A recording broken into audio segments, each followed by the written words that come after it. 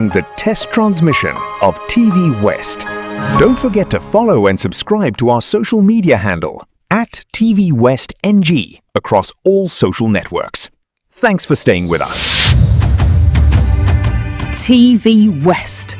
Reporting the West, inspiring progress.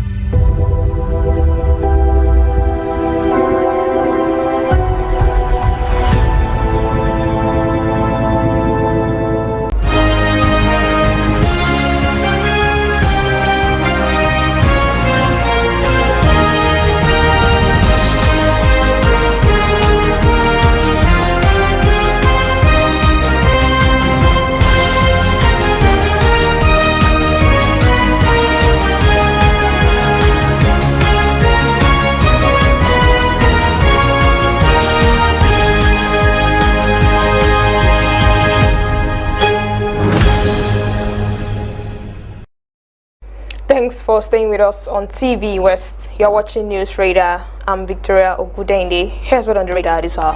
Ogun State launches a cleanup operation to address lead contamination in Ogijo, evacuating illegally dumped slag from multiple communities. A 2003 court ruling sparks panic in Lagos community as armed officers and land agents seal off homes, schools and businesses.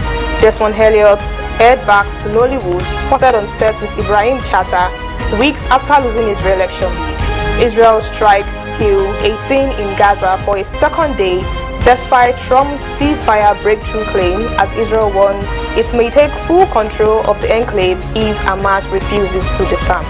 We'll bring you the details shortly.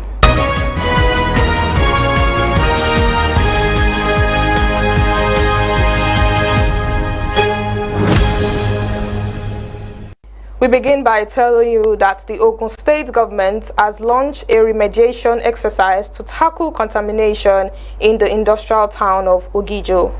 The general manager of OGEPA said the exercise follows detailed tests on soil, water, air, and residents' blood.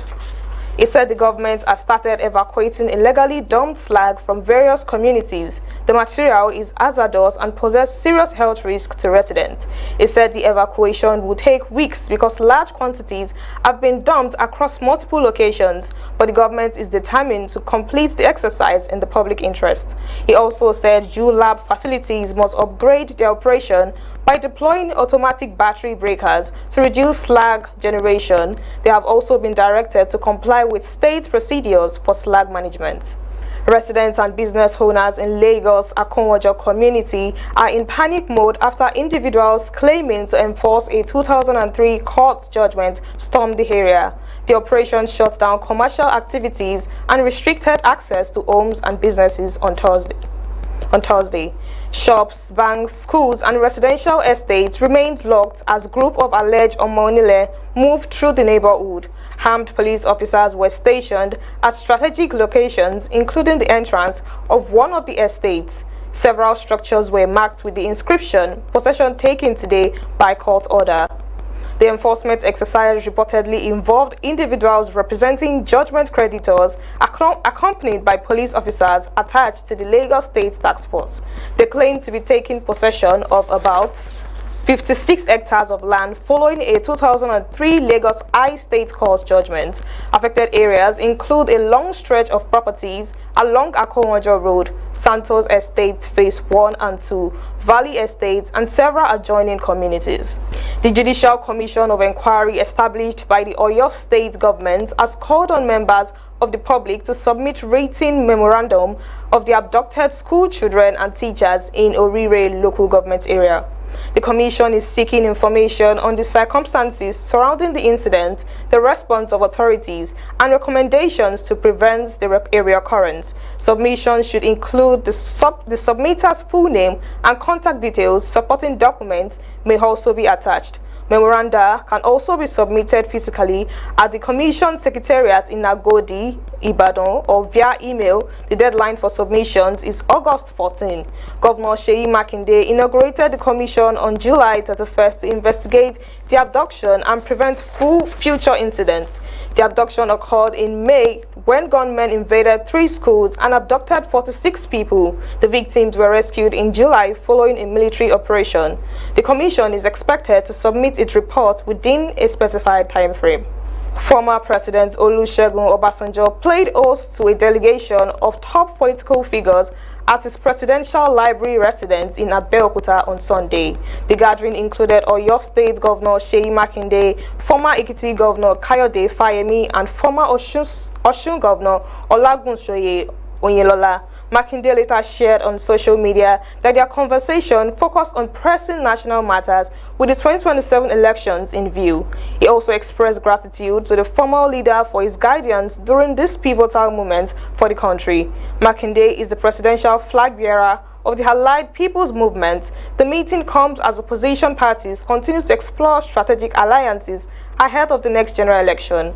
Obasanjo remains a key influencer in Nigeria's political space, as his counsel is often sought by politicians across party lines. The Nigerian Union of Journalists in Ondo State has called on Governor Lucky Ayedatiwa to urgently address the recurring flood affecting part of the state. In a communique after its monthly congress, the union described the flooding incident as pathetic and appealed to both states and local governments to ensure regular cleaning of drainage systems before the peak of the raining season. The union warned that the government should not wait until the height of the rains before taking preventive action. The Congress also expressed concern over the condition of several roads. It said poor drainage and deplorable roads could worsen the impact of flooding. While acknowledging ongoing road construction efforts, the NUJ expressed reservation over the slow pace of work on some projects, including the Akungba Ikare Akoko Road, Okitipupa Igbokoda Road, and Okearo Idonre Road. It urged contractors to accelerate work. The remains of veteran journalist and Ibadan High Chief Lekan Halabi were laid to rest on Sunday at Eternal Homes in Fiditi, Oyo State. The final rites began with a janaza prayer at his Akobo residence in Ibadan. The Chief Imam of Ibadan land led the prayer. Family members, professional colleagues, and political associates gathered to pay their last respect to the man widely regarded as one of Ibadan's foremost media icons. After the prayer, the body was conveyed to Fiditi, where a large crowd of indigenes, traditional leaders, and government functionaries received him. Alabi served as a press secretary to 4 governors of the whole Oyo State between 1983 and 1989. He was also a respected columnist, public relations consultant, and mentor to younger journalists. You are watching News Radar on TVWest and Victoria Ogudende.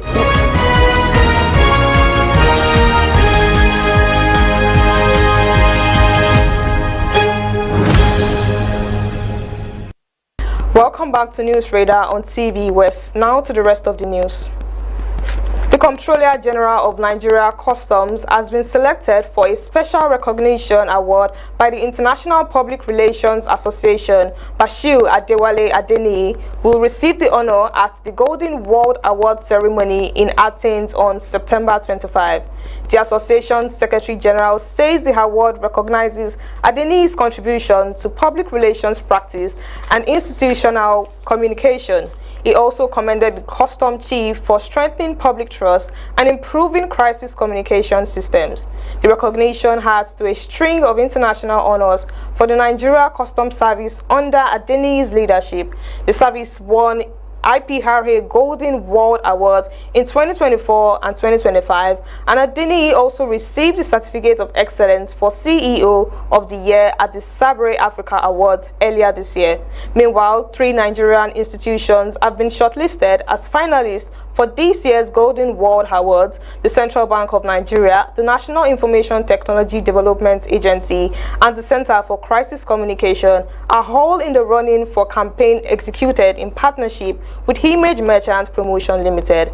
Lagos-based communications firm LSF PR also made the finalist list in different categories.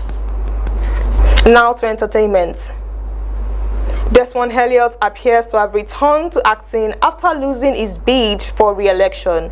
Photos of the Surulere lawmaker on a movie set with fellow Nollywood star Ibrahim Chatta surfaced on social media, sparking excitement among fans eager to see him back on screen. The three-term lawmaker recently failed to secure the APC ticket for Surulere constituency, one ahead of the 2027 elections. He lost the party primaries to Barakat Odunuga Bakare, who polled an overwhelming majority of votes. Elliott rose to fame as a Nollywood actor before venturing into politics. He has yet to comment publicly on his reported return to filmmaking. Israel airstrikes hit Gaza for a second straight day on Sunday, killing at least 18 Palestinians. The attack came despite President Donald Trump's announcement of a breakthrough in ceasefire implementation efforts. Strikes hit Gaza City, Deir ha-Bala, and Khan Yunis. Medics reported the biggest daily death toll in weeks. But an Israel minister said the government would give Hamas the opportunity to disarm, though he was very skeptical that would happen. He said there is no deal to halt attacks on Gaza, adding that Israel may need to take full control of the enclave if Hamas does not disarm. Trump's peace board published a roadmap setting out final steps for implementing the ceasefire. However, Israel has insisted that Hamas must completely and truly disarm before any progress can be made. In sports, the Football Association of Wales has become the first football association to formally oppose Gianni Infantino's re-election as FIFA president. The decision follows growing criticism of Infantino's leadership and governance of the world football. The Welsh FA cited failures in governance, leadership, and communication. It said these failures had led to a loss of confidence in Infantino. The move follows controversy over a proposal to sell stakes in a new World Cup commercial venture, which was later abandoned after opposition from football bodies. UK Prime Minister Andy Burnham has also criticized Infantino, saying he does not believe the football administrator is the right person to continue leading the FIFA. The criticism had to mounting pressure on the FIFA president ahead of the next presidential election. Infantino has faced increasing scrutiny over his leadership style and governance of the sport. The Super Falcons will face Egypt without two key players, defender Oluwatosin Demei and midfielder Jennifer Echegini are both suspended from Wednesday's crucial Group C match. Demei received a straight red card in Saturday's win over Zambia. She brought down striker Barbara Banda as the player raced toward goal. Echegini picked up her second yellow card of the tournament, triggering an automatic one-match ban. Nigeria must beat Egypt to reach the quarterfinals. The nine-time Africa champions bounced back from their opening loss to Malawi with a hard-fought 1-0 victory over Zambia, but they will now have to dig deep into their squad for the final group fixture. That's News Radar for this hour. I am Victoria Ugudende. Thank you for joining us.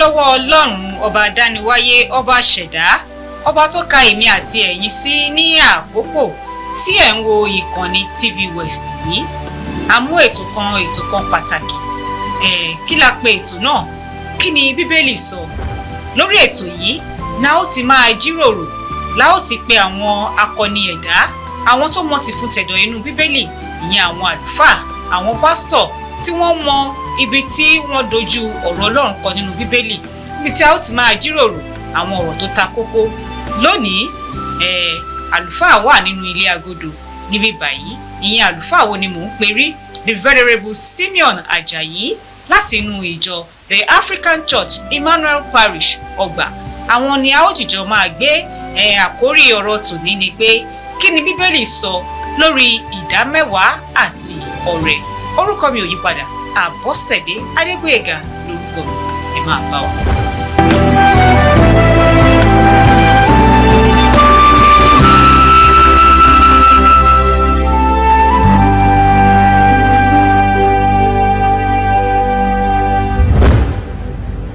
ẹ̀yin ará ilé ẹ bá mi kí káàbọ̀ sínú ìkànnì yìí lówùúrọ̀ yìí àlùfáà àgbà ìjọ the African Church Emmanuel Parish Ọgbà the venerable Simeon Ajayi ẹ káàbọ̀ ẹ bá mi kí àwọn ará ilé.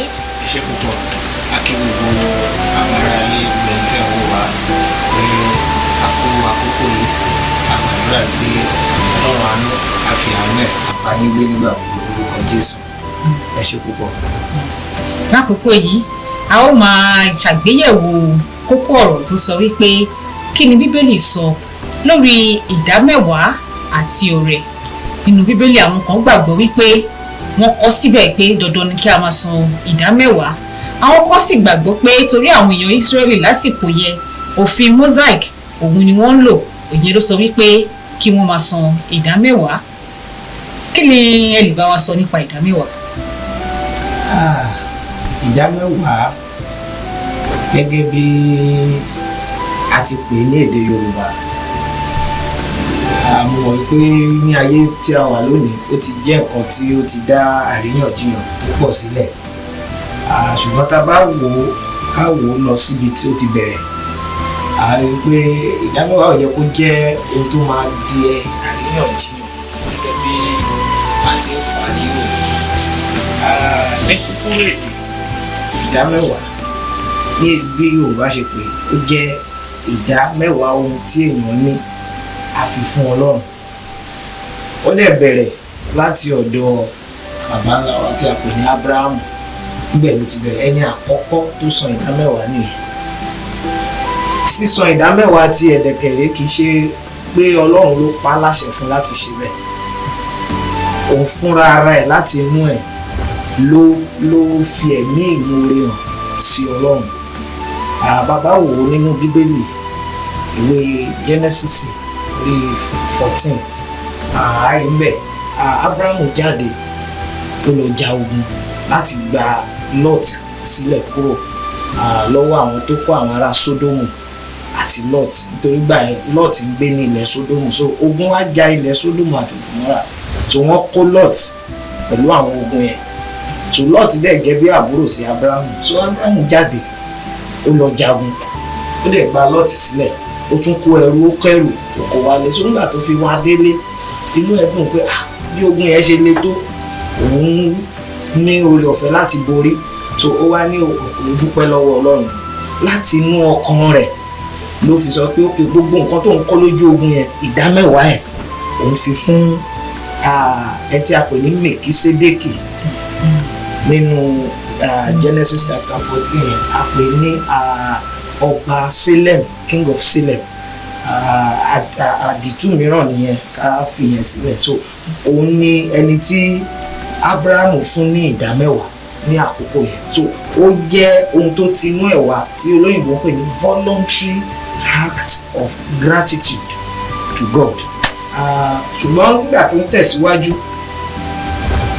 lábẹ́ òfin Mósè gẹ́gẹ́ bẹ́ẹ̀ ṣe sọ so àwọn èèyàn rí i pé òkè Abraham ṣe bẹ́ẹ̀ Jacob ṣe bẹ́ẹ̀ so kẹ́ka kúkú fi ká sọ́ di òfin fún gbogbo ènìyàn láti máa mú ìdámẹ́wàá wá fún sí ilé Ọlọ́run torí pé oore ọ̀fẹ́ yìí á jẹ́ kí a lè ṣe ìtọ́jú àwọn ọmọ Léfì àti àwọn mìíràn tó jẹ́ pé wọn ò ní àǹfààní láti ní àwọn ohun tí wọ́n tó yẹ kán ní láti fi tọ́jú ara wọn, àwọn bí opó, àwọn ọmọ aláìní bàbá àti bẹ́ẹ̀ bẹ́ẹ̀ lọ. So torí ìdí èyí ni a ṣe sọ di òfin lábẹ́ òfin Mósè wípé kí gbogbo ènìyàn kí wọ́n máa mú ìdámẹ́wàá èrè oko àbí ohun gbogbo tó tí Ọlọ́run bá pèsè fún wọn kí wọ́n máa mú wá. Ọlọ́run dẹ̀ fi àṣẹ sí i, so láti ìgbà yẹn ló ti di òfin tí àwọn ará Ísírẹ́lì tẹ̀lé. Ní àwọn ará Ísírẹ́lì ni wọ́n ń tẹ̀lé, bọ̀ ní òde òní àòsí láyé ìgbà àwọn Ísírẹ́lì gẹ́gẹ́ bẹ́ẹ̀ ṣe sọ lẹ́ẹ̀kan, sọ wípé voluntarily bàbá wa Ábúráhámù ni wọ́n sọ wípé kí a máa san ìdámẹ́wàá, kì í ṣe òfin láti ọ̀dọ̀ Ọlọ́run bá. Àwa sọ pé wọ́n ti sọ di òfin, ǹjẹ́ ó pọn dandan fún Kìrìsìtẹ́nì láti máa san? Ní gbogbo ọ̀nà generally, bóyá ẹ̀kan lóṣù, ẹ̀kan lọ́sẹ̀, ojoojúmọ́, ìdámẹ́wàá ohun tí ó yẹ kí ó jẹ́ ni wípé ó yẹ kó jẹ́ ohun tí ènìyàn ń ṣe láti inú ọkàn rẹ̀ láti fi ẹ̀mí ìmoore hàn sí Ọlọ́run. Ní ti ìhà bóyá kó jẹ́ dandan àbí kó má jẹ́ dandan, mo fẹ́ ká wò ó ní ìwò wípé ká má wò ó gẹ́gẹ́ bí òfin, ká wò ó bí ìwò pé kí ni ìdí ẹ̀ tí a fi sọ di òfin lábẹ́ òfin Mósè. Ìdí ẹ̀ ni wípé gẹ́gẹ́ bí mo ti sọ lẹ́ẹ̀kan, ká lè ní àwọn nǹkan láti fi pèsè fún àwọn ọmọ Léfì, àwọn aláìní, àwọn opó, àwọn àlejò àti bẹ́ẹ̀ bẹ́ẹ̀ lọ. Bí a bá wo eléyìí dáadáa ní àwòjinlẹ̀, ó yẹ ká wò ó ní ọkàn wa wípé ohun tí ìdí tí a fi sọ di òfin ni láti máa ṣe ìpèsè fún àwọn tó kù díẹ̀ káàtó fún. tó bá wò ó ní ìwò yẹn, ká tún wò ó pẹ̀lú ohun tí Ábúráhámù ṣe láti fi ẹ̀mí ìmoore hàn sí Ọlọ́run. Kò yẹ kí á tiẹ̀ ṣe ẹ̀sọ́ fún onígbàgbọ́ kan, káṣẹ̀ kàn ń pa fún ẹ àbí káṣẹ̀ sọ fún ẹ pé òfin dè ẹ́ pé kó san ìdámẹ́wàá. Ó yẹ kó rí gẹ́gẹ́ bí ọ̀nà láti fi ẹ̀mí ìmoore, ó ṣiṣẹ́, Ọlọ́run fún ọ ní èrè. Torí pé kìí ṣe ní gẹ́gẹ́ bí onígbàgbọ́ gbàgbọ́ pé ohunkóhun tí ènìyàn bá ní kìí ṣe nípa ipá, kìí ṣe nípa agbára, kìí ṣe nípa oore ọ̀fẹ́ Ọlọ́run. So bí a bá rí oore ọ̀fẹ́ yẹn gbà tó ṣiṣẹ́ tó ní èrè, bóyá ó ń gbowó oṣù ní gbowó oṣù àbí bóyá ó ń tajà tó ní àwọn èrè lórí ẹ̀, ó yẹ kó kọ́kọ́ fi ọkàn dúpẹ́ lọ́wọ́ Ọlọ́run pé Ọlọ́run mo dúpẹ́ o, so fún eléyìí tí ẹ ṣe fún mi nínú èrè tí mo rí yìí, mo fi eléyìí fún ẹ. Ó dáa, ẹ jẹ́ ká tún wò báyìí. Èmi bí mo ṣe ń bá yín sọ̀rọ̀ yìí, oníṣẹ́ oṣù ni mí, mò ń gbowó oṣù. Bóyá mo gba 100,000. Mo tún ń ṣí ṣọ́ọ̀bù, mò ń tajà ní ṣọ́ọ̀bù. Ẹ̀gbọ́n mi tún fi owó ránṣẹ́ sí mi, ó di ọ̀nà mẹ́ta, àbí? Ṣé nínú owó oṣù mi yẹn ni mo ti máa yan ìdámẹ́wàá ni? Àbí nínú owó ṣọ́ọ̀bù ni mo ti máa yan ìdámẹ́wàá ni? Tàbí nínú owó ẹ̀bùn, owó tí wọ́n fún mi, ṣé náà ni màá ti yan ìdámẹ́wàá? Àbí lórí mẹ́tẹ̀ẹ̀ta tí bá ṣàkójọpọ̀ mẹ́tẹ̀ẹ̀ta ni màá ti yan ìdámẹ́wàá? Èwo gangan ni ìdámẹ́wàá nínú mẹ́tẹ̀ẹ̀ta? Ẹ ṣé púpọ̀. Tabadika wò gẹ́gẹ́ bí ohun tí ó wà nínú òfin Mósè, ó ní nínú èrè oko àbí iṣẹ́ tí èèyàn bá ń ṣe kan yọ ìdámẹ́wàá kúrò. So tabadika wò ìyẹn ní ọ̀pọ̀lọpọ̀ ń wò ní ayé òde òní pé lórí bóyá wọ́n gba sálárì wọ́n á yọ, àbí bóyá lórí pé bóyá wọ́n ń tajà wọ́n á yọ. So bóyá lórí ẹ̀bùn èèyàn kan fún yàn lẹ́bùn àbí nǹkan kan, ẹlòmíì ò kí ń wò lọ sí sáìdì bẹ́ẹ̀. Ṣùgbọ́n bí Olúwa bá fi sí ènìyàn lọ́kàn, ẹ rí ohun kan tí mo máa ń sọ fún èèyàn pa ìdámẹ́wàá, òun ni eléyìí pé fífún Ọlọ́run ní ìdámẹ́wàá, ohun tó ń san ní ọkàn ẹ ni wípé owó tí mo rí yìí àbí owó tó wà lọ́wọ́ mi, òun kọ́ ni báwo ni Yorùbá ṣe máa pè, òun kọ́ ni source. Òun kọ́ ni ọ̀nà tí mo gbà pawó. Òun kọ́ ni source láti pèsè fún mi. Ọlọ́run òun ni source mi. So ohun tí ó túmọ̀ sí lọ́dọ̀ tèmi nìyẹn. Bí ènìyàn bá, because ìdí tí ẹlòmíì fi máa ń wò pé kò nídìí ìdámẹ́wàá nìkan, nítorí pé ẹlòmíì lè wo owó tó kó jọ, ẹ wá wò pé tó bá yọ ìdámẹ́wàá lórí ẹ̀, owó bí ìdá mẹ́wàá yẹn ṣe pọ̀ tó máa kó ilé ló ti pọ̀ jù máa kó lẹ̀ fọlọ́run lọ́kàn tiẹ̀ nǹkan tó ti ń rò lọ́kàn ẹ̀ ni pé bóun bá yọ owó yẹn èyí tó kù lè má tó òun náà níwàá àwọn tó ń yọ tí wọ́n fi ìgbàgbọ́ sọ́kàn rí pé kì í ṣe owó yẹn gangan ni ó ń tọ́jú mi bí ìbá ṣe ọlọ́run wọ́n á yọ láì ronú pé méjì torí pé wọ́n mọ̀ pé kò sí ohun tí mo yọ yìí àbí èyí tó ṣẹ́kù ohun gangan kọ́ ni ohun tó máa gbé mi di bóyá oṣù tó ń bọ̀ àbí whatever bí kò ṣe wípé mò ń fi fún ọlọ́run ẹni tó jẹ́ orísun ìpèsè mi kò dẹ̀ sí bó ṣe lè pọ̀ tó bóyá lórí ẹ̀bùn tán fún mi ni o àbí bóyá lórí owó oṣù ni o àbí bóyá lórí owó tí mo pa lórí ọjà kò sí bó ṣe lè pọ̀ tó mo fi fún olúwa nítorí pé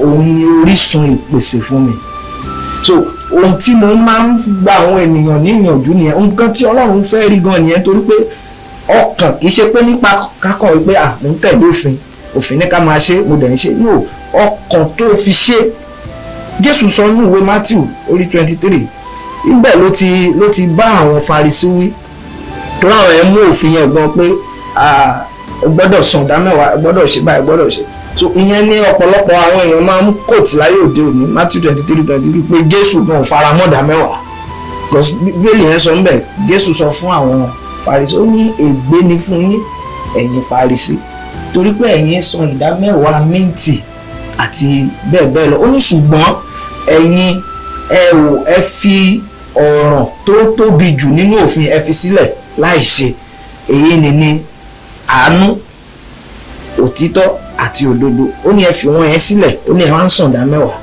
ṣùgbọ́n nígbà tó máa parí ọ̀rọ̀ ẹ̀ mẹ́ẹ̀ ó ní gbogbo ìwọ̀n yìí ni ẹ ò gbọ́dọ̀ fi sílẹ̀ láì ṣe àti ìdá mẹ́wàá náà so ohun tó ń sọ ni wípé mi ò ní kẹ́ má san ìdá mẹ́wàá o ṣùgbọ́n ohun tó ṣe pàtàkì jù ìdí tí Ọlọ́run kan fi sọ pé ká ẹ ṣe ni pé láti fi pèsè fún àwọn tó kù díẹ̀ káàtó fún láti ṣe bó ti tọ́ ṣùgbọ́n nígbà tẹ́ bá ń san ìdá mẹ́wàá ṣùgbọ́n ẹ fìyà jẹ lòmíì àwọn tó kù díẹ̀ káàtó fún ẹ pọ́n wọn lójú kí ni àǹfààní ìdá mẹ́wàá tẹ́ ń san. tó dáa jẹ́ ká wá wò láti bí ṣé dandan ni kó jẹ́ pé ìjọ Ọlọ́run ni mo máa san ìdá mẹ́wàá sí mo lè lérò àwọn Farisí àwọn ọmọ Léfì ló ní ká fún ní ìdá mẹ́wàá àbí. bẹ́ẹ̀ni. tí máa rò pé mi ò sọ ìdá mẹ́wàá tèmi sínú ìjọ mo fẹ́ fi ìdá mẹ́wàá mi mo fẹ́ fi fún àlùfáà àbí mo fẹ́ fún pásítọ̀ ṣó tọ̀nà. ok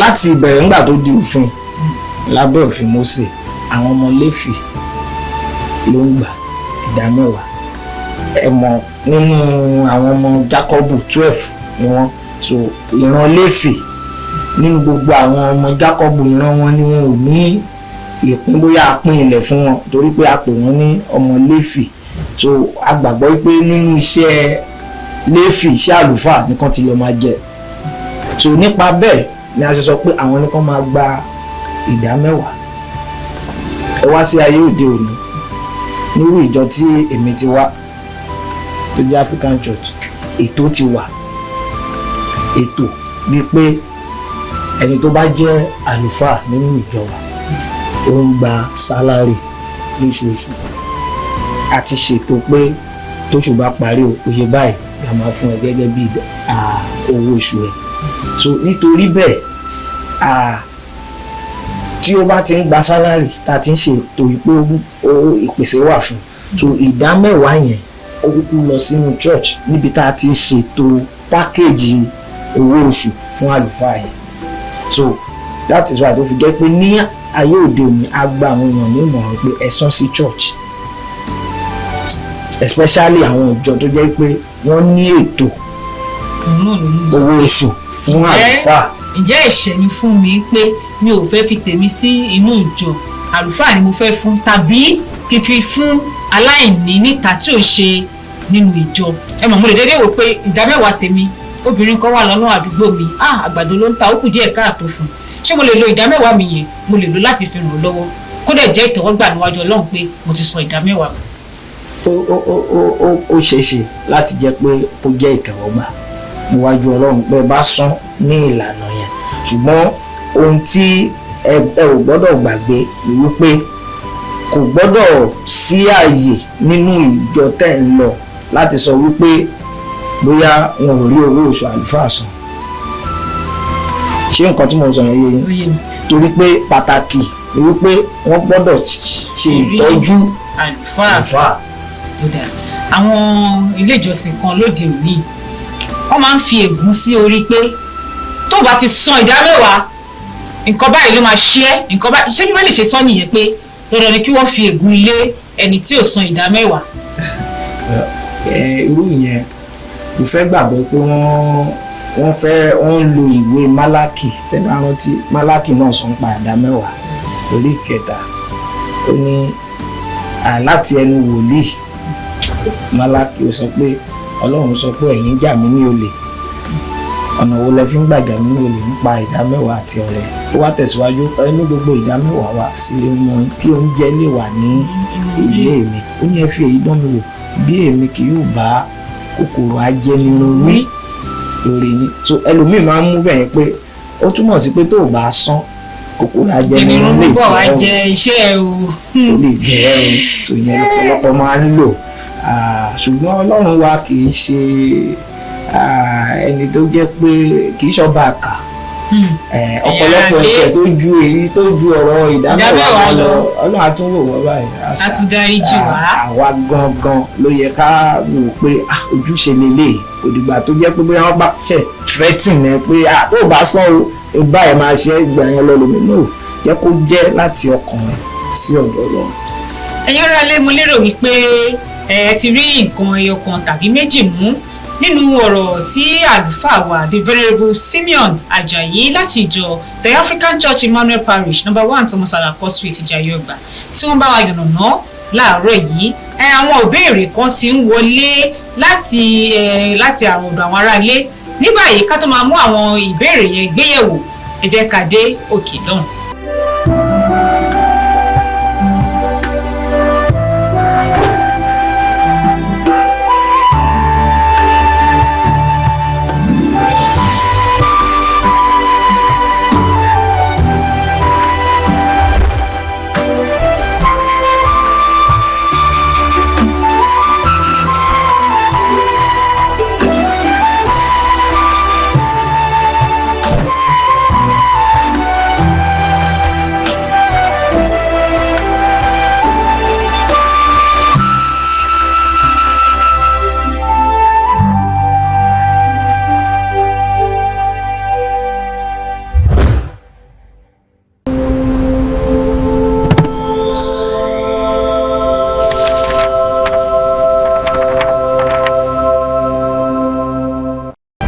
Padà sórí ètò kí ni bíbélì sọ lórí ìkànnì TVWest.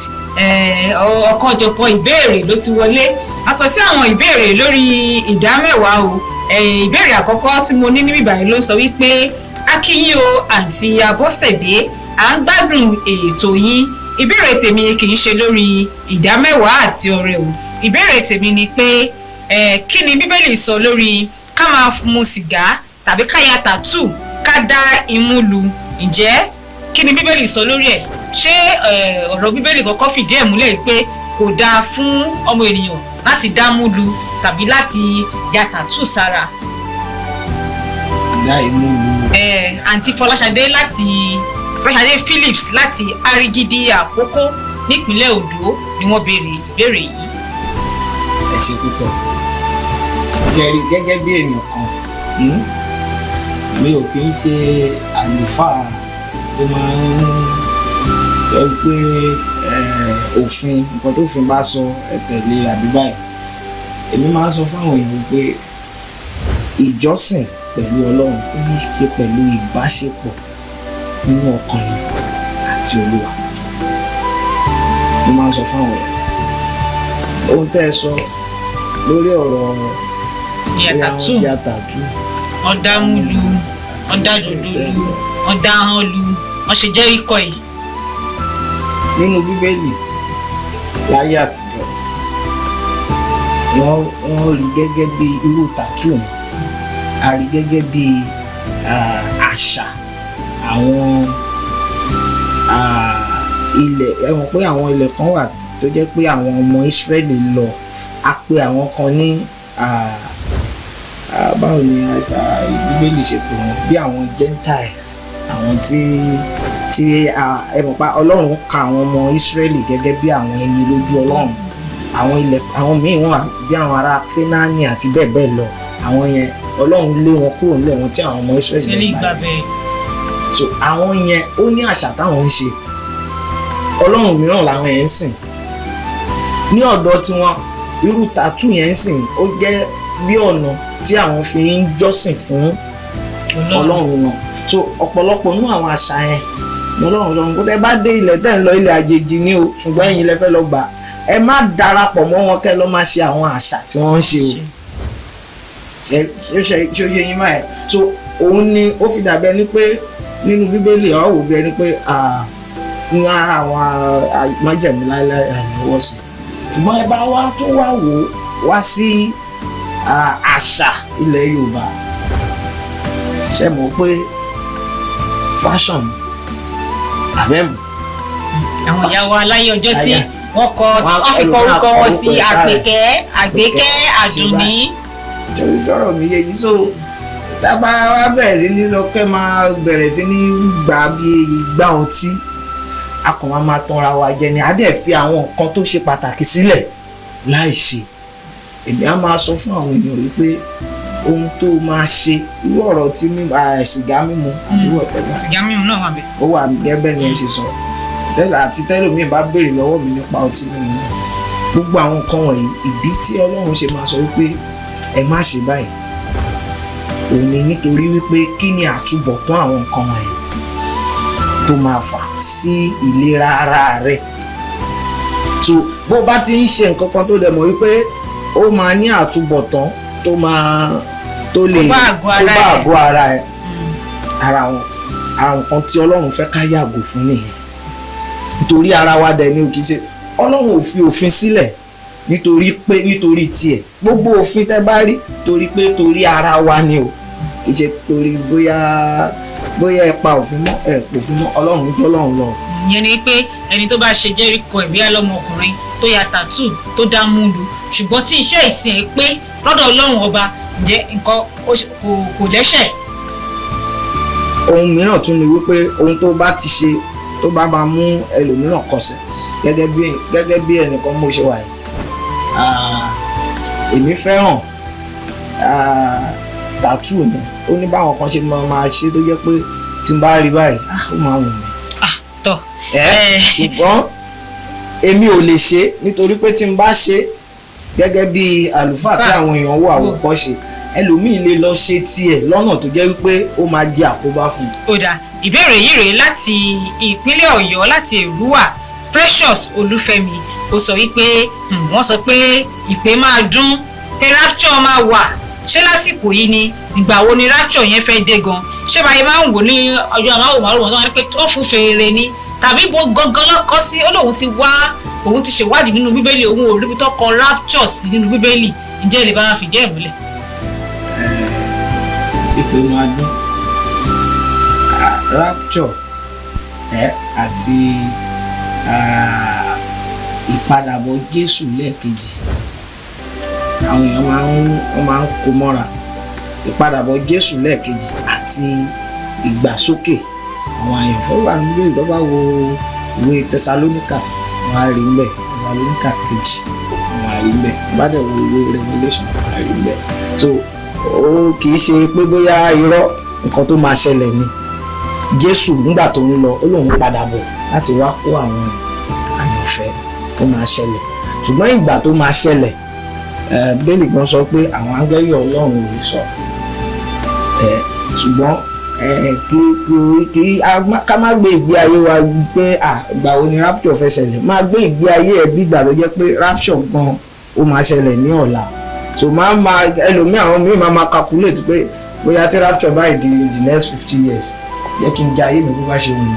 Tó bá ti kù 2 years kí rapture tó ṣẹlẹ̀, máa bẹ̀rẹ̀ sí ní máa gbégbé ayé. No, Ọlọ́run yẹn kọ́ lọ́lọ́run sọ fún wa, ẹ gbégbé ayé tó dára. Bóyá rapture máa ṣẹlẹ̀ lọ́la àbí lọ́túnla. Àwọn ará ilé wọn sọ wípé àwọn kí àlùfáà wa pé wọ́n kú iṣẹ́ Ọlọ́run, wọ́n gbàdúrà, wọ́n ní òróró yín wọ́n ní kí Ọlọ́run túbọ̀ máa bùkún òróró yín. Àmín. Ó wá béèrè, ó ní orúkọ òun ni Jàre Olúṣayọ̀ láti Tọpó ní Badagry nípínlẹ̀ Èkó. Wọ́n ní ṣé Ọlọ́run máa ń gbọ́ gbogbo àdúrà àbí àwọn òun máa ń gba àwọn àdúrà kan, àwọn kan máa gbà àwọn kan ò ní gbà. Ṣé kí ló dé pé kò ṣe gbogbo àdúrà téèyàn bá ń gbà lọ́lọ́run máa ń gbà? Nínú àdúrà tí Jésù kọ́ wa, ara àwọn kan tó kọ́kọ́ sọ mọ̀ ni pé kí ìjọba rẹ dé, ìfẹ́ tìrẹ ni kí a ṣe ní ayé wọ́n ti ń ṣe ilé wọn. Ó túmọ̀ sí pé nínú àdúrà téèyàn bá ń gbà, èyí tẹ́ ẹ bá rí pé ó ṣẹ, ó túmọ̀ sí pé ìfẹ́ Ọlọ́run wà, nìyẹn. ìfẹ́ tìrẹ ni kó ṣẹ. Pàápàá jùlọ tó bá ń béèrè nǹkan lọ́wọ́ Ọlọ́run, ìfẹ́ Ọlọ́run ló máa ṣẹ o. So èyí tó bá dàbí ẹni pé òun béèrè fún, ṣùgbọ́n kì í ṣe gẹ́gẹ́ bá ṣe máa ń ṣe àpẹẹrẹ ọmọ kékeré tó ṣẹ̀ ń ṣe kíní tó ti ń béèrè fún jet, kí ló fẹ́ fi ṣe, àbí ń béèrè fún mọ́tò. Ẹlòmíì máa béèrè fún nǹkan tó jẹ́ pé kíní ẹ̀ ló máa pa, Ọlọ́run ò ní fún nírú àkókò yẹn. So gbogbo gẹ́gẹ́ bí èmi ṣe máa sọ, gbogbo àdúrà ló ń gbà, ṣùgbọ́n bó ṣe máa gbà ló yàtọ̀. So ó lè gbà sí ọ̀nà pé yes, Olúwa ti fún ẹ ní nǹkan tó fẹ́. Ó lè gbà sí ọ̀nà no, Ọlọ́run ò ní fún ẹ nítorí pé ó lè pa ẹ́ lára.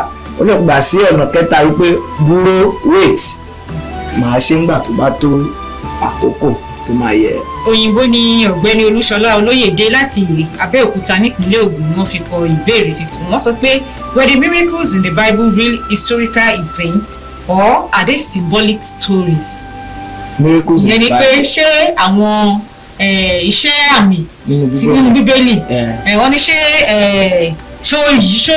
ṣó rí o, They are ṣé real. kò tọ́ ni àbí wọ́n kàn sọ pé kọ́kọ́ fi ṣe òfegè fáwọn èèyàn They are real. ṣé báyìí. Go to Israel now, go to the land of Israel, they will show you where this thing happened. Ibi tí gbogbo ẹ ti ṣẹlẹ̀ wọ́n á fi hàn wá. ìyẹn tó bá lọ sí Ẹ bá lọ Jerusalem. bẹ́ẹ̀ ni, ẹ bá lọ sí Jerusalem wọ́n á fi gbogbo ibi tí Jésù ti sọ mi jẹ ti wá, ibi tí ó ti rìn lórí omi àti bẹ́ẹ̀ bẹ́ẹ̀ lọ, gbogbo ẹ̀ náà máa fi hàn yìí. So kì í ṣe bóyá òfegè, àwọn nǹkan tó ṣẹlẹ̀ lóòótọ́ àti ní òdodo ni. So kẹ́yìn ọ̀kọ̀ọ̀kan máa rò bí ẹni pé ìwé ìtàn ni wọ́n kàn fi ń ṣe bí symbol ní kálẹ̀ fi ṣe symbol pé àwọn nǹkan tó ṣẹlẹ̀ ni. Bẹ́ẹ̀ bá sọ pé bóyá symbol ni ẹ fẹ́ sọ pé bóyá Jésù wá sáyé lóòótọ́ nìyẹn. Jésù wá sáyé lóòótọ́, ó dẹ̀ ṣe àwọn iṣẹ́ àmì àti iṣẹ́ ìyanu èyí tó máa mú kí àwọn ènìyàn kó gbàgbọ́ nínú agbára Ọlọ́run. ó dà lákòótán ẹ bá wa sọ fáwọn ará ilé ohun tó yẹ àti ohun tó tọ́ lórí ìdámẹ́wàá bí àmọ̀ràn. Àmọ̀ràn tèmi rèé fún àwọn ènìyàn ni wípé bá Ọlọ́run rìn débi wípé ó gba Ọlọ́run gbọ́ gẹ́gẹ́ bí orísun ìpèsè àti olùpèsè rẹ̀, débi wípé ohunkóhun tó bá wà ní ọwọ́ rẹ̀ kò pọ̀ ju ohun tó lè fún Ọlọ́run lọ. O gbọ́dọ̀ ní owó tó jẹ́ pé wàá wò pé lè tóbi ju ohun tí mo lè fún Olúwa. So fi ara rẹ bá Ọlọ́run rìn débi pé kò sí ohun tó ẹlòmíín fún Ọlọ́run ju ìdámẹ́wàá ibi tó bá Ọlọ́run rìn dé. So kò dẹ̀ sí ohun tí ènìyàn bá fi fún Ọlọ́run ní ìlọ́po ìwà fi fún ọ padà tí wọ́n máa fi fún ọ. So ẹ̀yin ará ilé lórí ìkànnì TVWest náà la ṣì wà lórí ètò Kí ni Bíbélì sọ. Mo lérò yìí pé ẹ ti rí kan àbí méjì mú nínú gbogbo àlàyé tí àlùfáà ìjọ The African Church Emmanuel Parish 1 Thomas Alako Street Ìjàyè-Ògbà the Venerable Simeon Ajayi tí wọ́n bá wa sọ lẹ́nìí. Àlùfáà àkìyín ẹ ṣé gan tá a pè yín tẹ́ ẹ jẹ́ wa. Mo lérò wípé nígbà tá a bá tún pè yín lórí ìbéèrè míì ẹ jẹ́ wa. Àbọ̀jẹ̀ yín ní kíákíá. Nígbà tá a bá ti pè yín nígbàkúgbà. ẹ ṣé. Tó níbí ni a ó fi àdàgbà ètò Kí ni Bíbélì sọ lórí ìkànnì TVWest tòní sí. Orúkọ mi ò yí padà, Abọ́sẹ̀dé Adégbóyèga lórúkọ mi.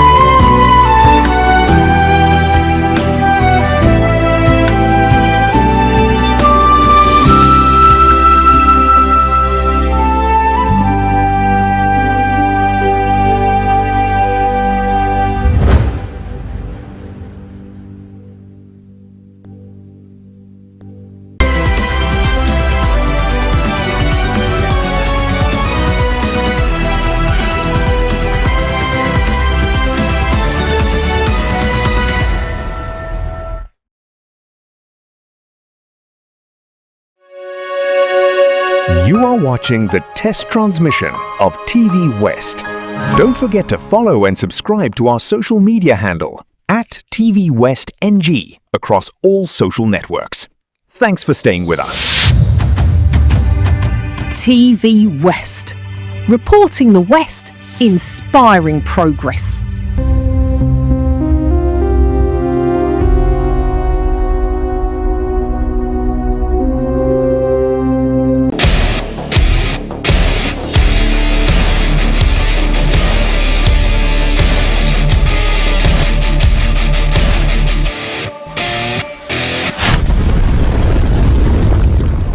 Issue has many voices. Before the experts debate them, before the politicians defend them, we hear it directly from the people.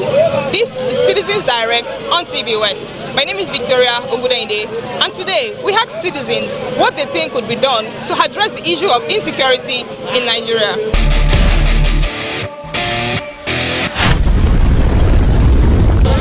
For many Nigerians, the issue of insecurity goes beyond the headlines. It affects how people do business, travel, and go about their daily life.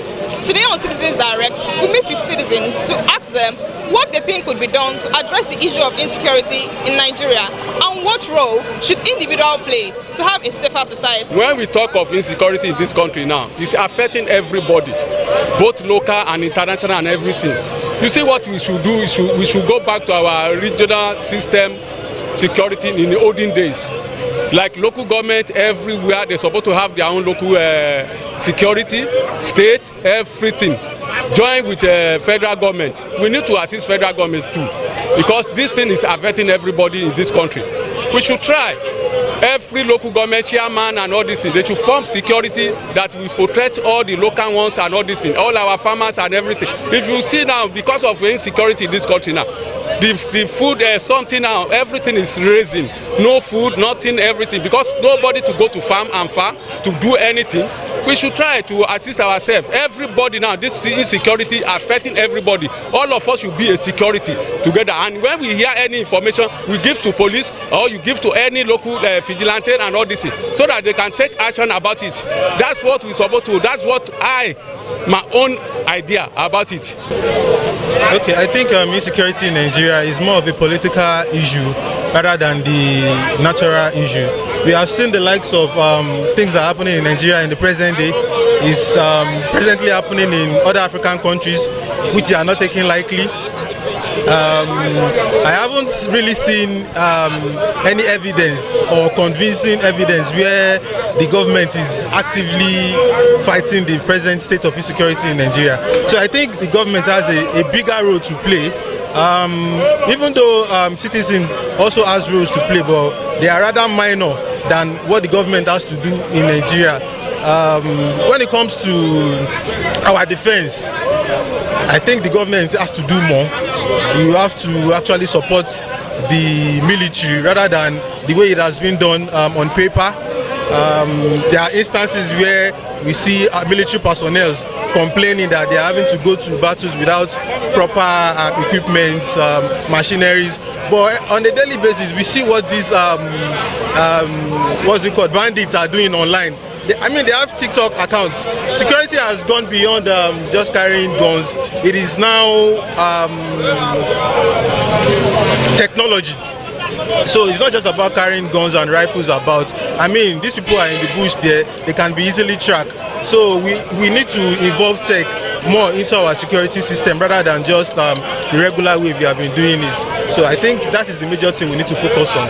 My advice is that before the issue of insecurity, like all these banditry, kidnapping and all the other stuff, back then there was, before each state there was a border, there was toll gates. So and then for every toll gate, like a kind of checkpoint before the toll gate, and after the toll gate there is also checkpoint. And for every checkpoint, there are soldiers, there are policemen, there are custom officers, there are NDLEAs. So you get what I'm saying. So my advice is that government should build for every state, within the border of every state, government should build toll gates. So if there are toll gates in every border of every state, and even within the states, it will be difficult for. It will not be easy for all this kidnapping and bandit to cause. For example, when you kidnap a child and you are trying to take the child through to another state, or you know what I'm saying, there will be soldiers, there will be policemen, so it will not be easy for them to it will not be easy for kidnappers to pass through the toll gate. So that's my own listing, that government should build toll gate at every boundary of every state. So it will not be easy for them. What actually happened is that I think the best approach to tackle insecurity in this country is probably the federal government should be able to, to implement the aspect of the camera aspect, input it in most important places. Because when you look at the most advanced countries, they have camera in most places, and then there's always this kind of way of whereby we have people that are in charge of the camera, that are always ready to take actions of everything. So, and also I think the implementation of these state policing, once it takes effect, there will definitely be changes.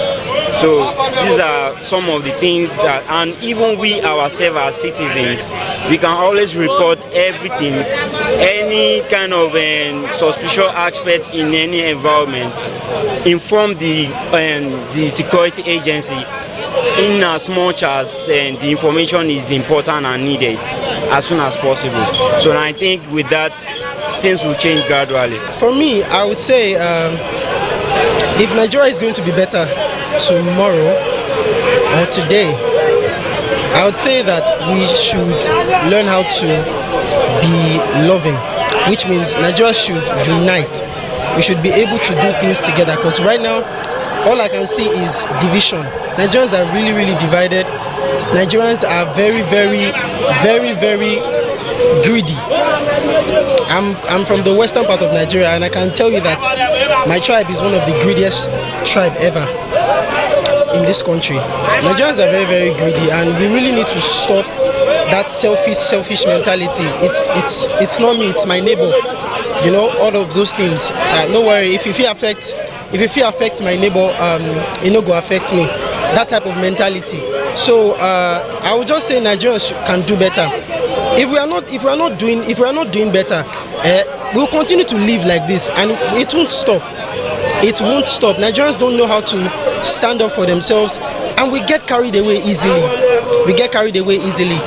Few weeks ago, we were still talking about the children that were kidnapped, and all of a sudden, the first lady of the country, she talked about empowering older women with helping them with funds for akara and corn. And the next thing, everyone turned it into comedy skits and all of that. And look at where it has gotten us. Those children are still in the bush, and we've all forgotten about them. But yeah, we are all here trending. We are all using everything in this country to trend. For me, I'll say it is really, really bad. It is really, really bad, because if we actually love ourselves and we really, really live in unity, things like this won't happen. We will still be able to talk about this matter. Man, it's over a month now that these children are in the bush, and we've not said any, we've not known anything, we've not heard anything about it. Nothing has happened, and everybody is just moving on as usual. My point is, Nigerians should stop. We should stop this selfish mentality. Well, as for the government, they need to focus on the less civilized area, and as for the citizens, like, we need to focus on our curfew, because there are times that parents say like small children shouldn't stay outside till 10 p.m. 9 p.m. and we know that all these kidnappers, they are always outside in the night. to do their bad things. So we need to focus more on our curfews, and parents should monitor their children, while the government need to like raid all those less civilized area to protect them well, because those bandits can't come to a place like this because it's well open. But places like the forest, bushes and all sort of that is where they stay, that's where they dwell. So the government needs to focus like their securities on that place. We need more tightened securities. I think that's what should be done for now. Do you know what about the security? As in, they should, like, all these children that they are kidnapping. You know, once they kidnap some children in Ibadan, those students in Ibadan, that is very bad. As government or President Tinubu should help us about this insecurity in Nigeria, and we citizens also should, I don't even know how to say it, as in we citizens in Nigeria too should play our role as a Nigeria person. So, and then I want to even say something. Some guys used to beat a woman in Nigeria. So government, President Tinubu should find something to do about that. It's not allowed for a man to be beating a woman. I witnessed it in my area at Cape today. So they should not be beating those women. And then the children that they are kidnapping, that is this is not Boko Haram time again. So President Tinubu should find something to do about that, and government also. So I'll not say more than that. When I talk about the insecurity in the country, my sister, it's so challenging. It's so bad that we can't even travel to our own state. Like me, I'm from Benue State. It's so bad that we're in this Lagos. It's like we travel like every year like twice or 3 times in our state, but like we can't travel anymore, because when they kidnap us and they ask us to bring like 100 million, 200 million, who can we call for that? Who can we call? Most of my brothers and sisters are civil servants. They are civil servants. How much is their salary? So we decided to like remain in Lagos. We just stayed in Lagos, and I think Lagos is overpopulated because of the insecurity of the thing. So please, we like call on our governments to at least we have army, we have police, we have a lot of agencies. Let them help us and chase these people out of our road to our state, so that we'll be able to like have peace in our state. Although this insecurity in Nigeria, it has been like for like 10 years, 15 years now. Boko Haram, this, before now the bandits now. And secondly, I think we ourselves, our citizens, we should be our brother keeper. I mean, we should be getting ourselves, our neighbor, our colleague, our work. You see something. Anything you see that is not good, or for like insecurity, like someone carry a bag or sack into any neighborhood, speak out, don't fear. Even in a bus, say anything that this thing is like saying something, please speak louder. Because number one, federal government, they cannot come down from Abuja to your room or to your neighborhood.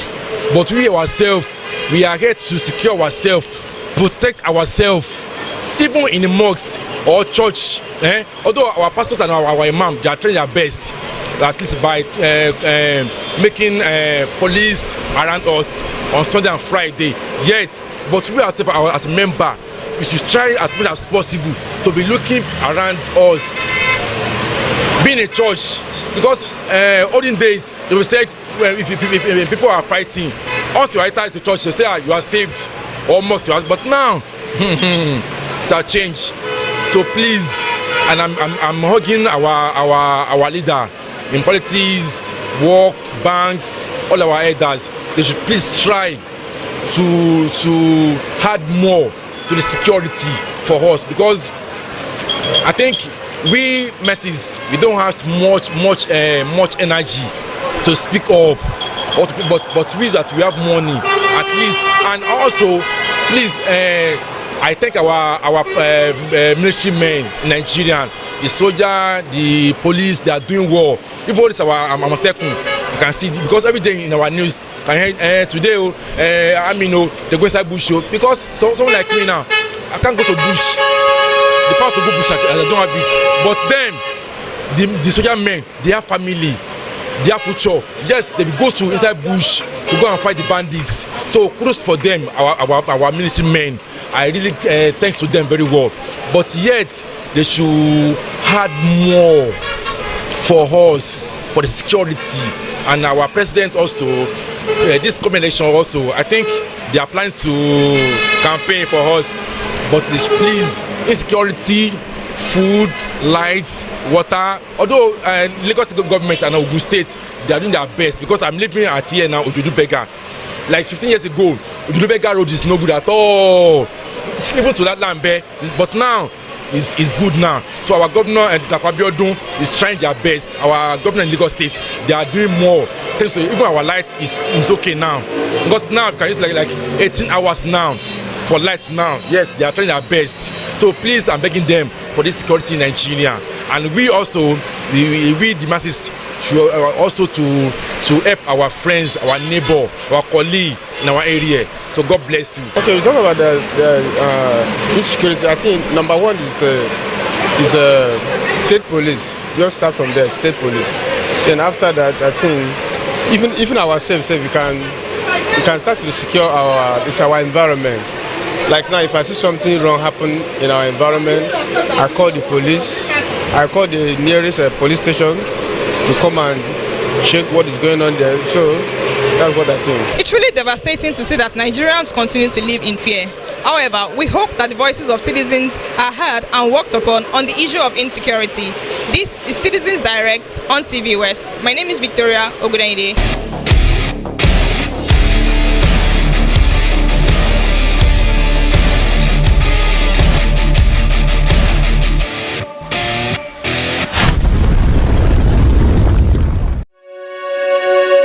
You are watching the test transmission of TVWest. Don't forget to follow and subscribe to our social media handle at TVWestNG across all social networks. Thanks for staying with us. TV West. Reporting the West, inspiring progress.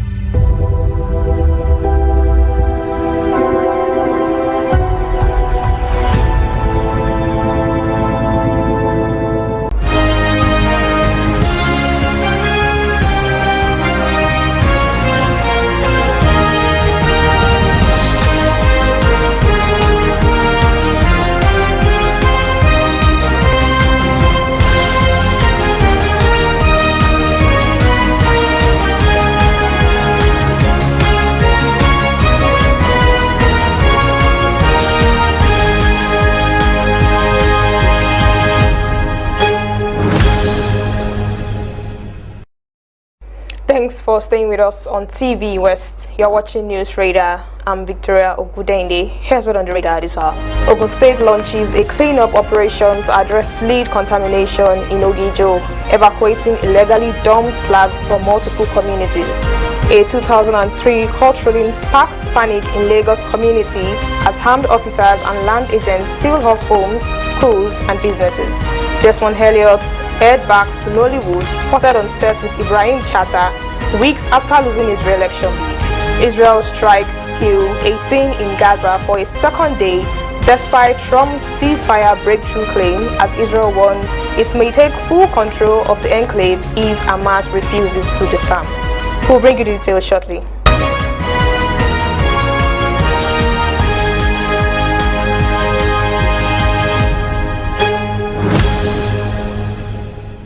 We begin by telling you that the Ogun State government has launched a remediation exercise to tackle contamination in the industrial town of Ogijo. The general manager of OGEPA said the exercise follows detailed tests on soil, water, air, and residents' blood. He said the government has started evacuating illegally dumped slag from various communities. The material is hazardous and poses serious health risk to residents. He said the evacuation would take weeks because large quantities have been dumped across multiple locations, but the government is determined to complete the exercise in the public interest. He also said ULAB facilities must upgrade their operation by deploying automatic battery breakers to reduce slag generation. They have also been directed to comply with state procedures for slag management. Residents and business owners in Lagos Akonwojo community are in panic mode after individuals claiming to enforce a 2003 court judgment stormed the area. The operation shut down commercial activities and restricted access to homes and businesses on Thursday. Shops, banks, schools and residential estates remained locked as a group of alleged Omonile moved through the neighborhood. Armed police officers were stationed at strategic locations, including the entrance of one of the estates. Several structures were marked with the inscription, "Possession taken today by court order." The enforcement exercise reportedly involved individuals representing judgment creditors accompanied by police officers attached to the Lagos State Task Force. They claim to be taking possession of about 56 hectares of land following a 2003 Lagos High State Court judgment. Affected areas include a long stretch of properties along Akomojo Road, Santos Estates Phase 1 and 2, Valley Estates, and several adjoining communities.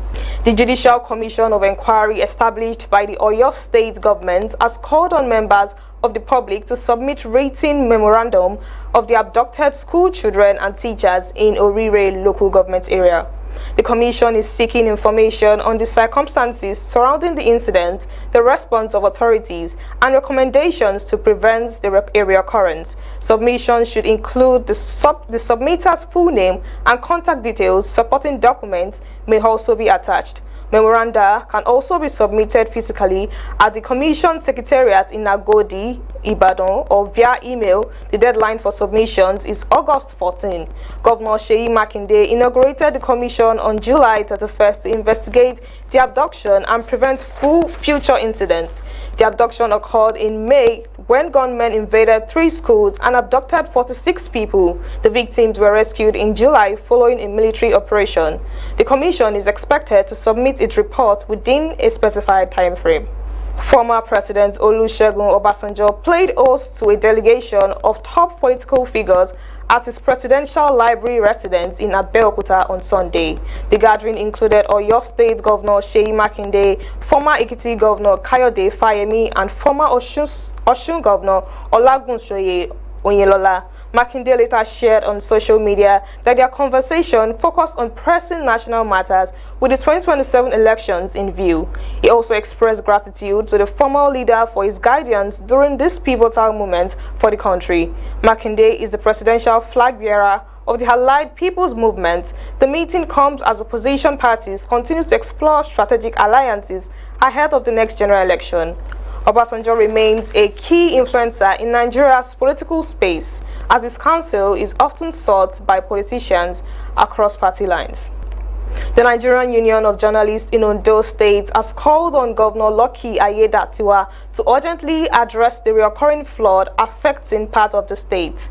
In a communique after its monthly congress, the union described the flooding incident as pathetic and appealed to both states and local governments to ensure regular cleaning of drainage systems before the peak of the raining season.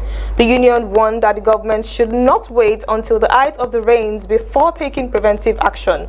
The Congress also expressed concern over the condition of several roads. It said poor drainage and deplorable roads could worsen the impact of flooding.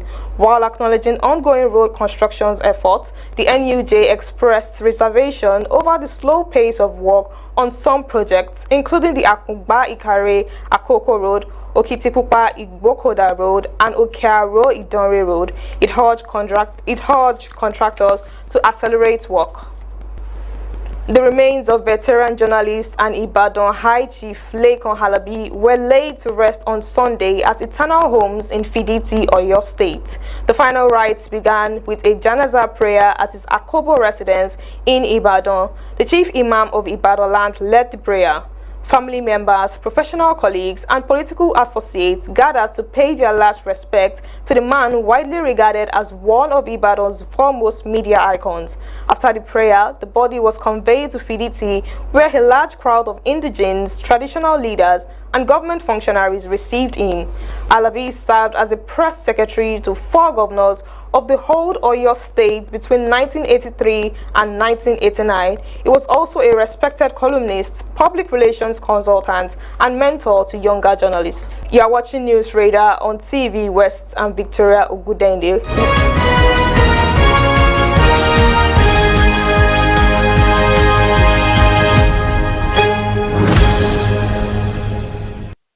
Welcome Welcome back to News Radar on TV West. Now to the rest of the news. The Comptroller General of Nigeria Customs has been selected for a special recognition award by the International Public Relations Association. Bashir Adewale Adeniyi will receive the honor at the Golden World Award ceremony in Athens on September 25. The association's Secretary General says the award recognizes Adeniyi's contribution to public relations practice and institutional communication. He also commended the Customs Chief for strengthening public trust and improving crisis communication systems. The recognition adds to a string of international honors for the Nigeria Customs Service under Adeniyi's leadership. The service won IPRA Golden World Awards in 2024 and 2025, and Adeniyi also received the Certificate of Excellence for CEO of the Year at the Sabre Africa Awards earlier this year. Meanwhile, 3 Nigerian institutions have been shortlisted as finalists for this year's Golden World Awards: the Central Bank of Nigeria, the National Information Technology Development Agency, and the Center for Crisis Communication are all in the running for campaign executed in partnership with Image Merchants Promotion Limited.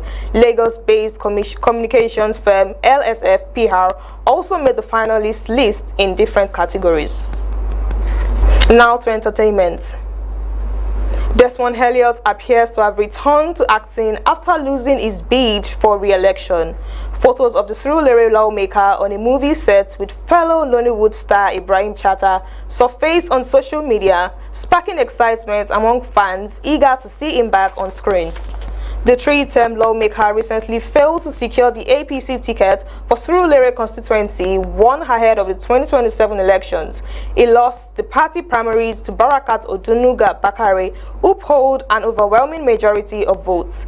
Elliott rose to fame as a Nollywood actor before venturing into politics. He has yet to comment publicly on his reported return to filmmaking. Israel airstrikes hit Gaza for a second straight day on Sunday, killing at least 18 Palestinians. The attack came despite President Donald Trump's announcement of a breakthrough in ceasefire implementation efforts. Strikes hit Gaza City, Deir ha-Bala, and Khan Yunis. Medics reported the biggest daily death toll in weeks, but an Israel minister said the government would give Hamas the opportunity to disarm, though he was very skeptical that would happen. He said there is no deal to halt attacks on Gaza, adding that Israel may need to take full control of the enclave if Hamas does not disarm.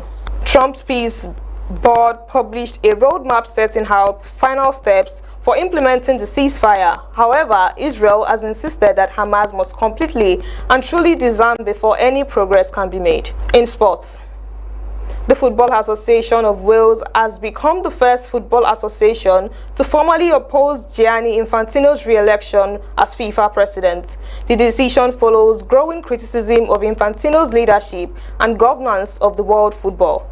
The Welsh FA cited failures in governance, leadership, and communication. It said these failures had led to a loss of confidence in Infantino. The move follows controversy over a proposal to sell stakes in a new World Cup commercial venture, which was later abandoned after opposition from football bodies. UK Prime Minister Andy Burnham has also criticized Infantino, saying he does not believe the football administrator is the right person to continue leading the FIFA. The criticism had to mounting pressure on the FIFA president ahead of the next presidential election. Infantino has faced increasing scrutiny over his leadership style and governance of the sport. The Super Falcons will face Egypt without 2 key players, defender Oluwatosin Demeyi and midfielder Jennifer Echegini are both suspended from Wednesday's crucial Group C match. Demeyi received a straight red card in Saturday's win over Zambia. She brought down striker Barbara Banda as the player raced toward goal. Echegini picked up her second yellow card of the tournament, triggering an automatic 1-match ban. Nigeria must beat Egypt to reach the quarterfinals. The 9-time Africa champions bounced back from their opening loss to Malawi with a hard-fought 1-0 victory over Zambia, but they will now have to dig deep into their squad for the final group fixture. That's News Radar for this hour. I am Victoria Ogudende. Thank you for joining us.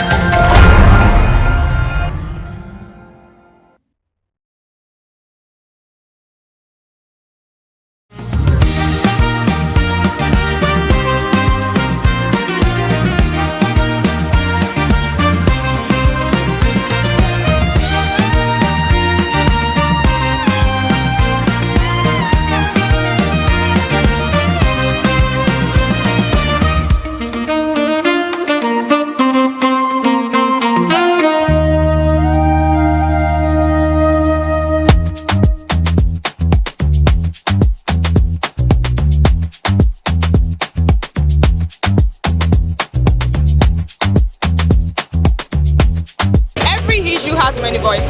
Before the experts debate them, before the politicians defend them, we hear it directly from the people. This is Citizens Direct on TVWest. I am Victoria Ogudende, and today we hit the street to ask citizens if you had the opportunity to advise leaders on one thing about the economy, what would it be?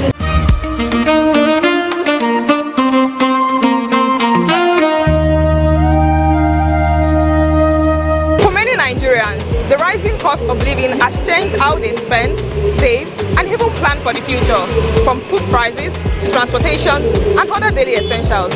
Many households are really feeling the pressure. But beyond the challenges, how are Nigerians really adapting? And what solutions do they think can make life more affordable? Let's go.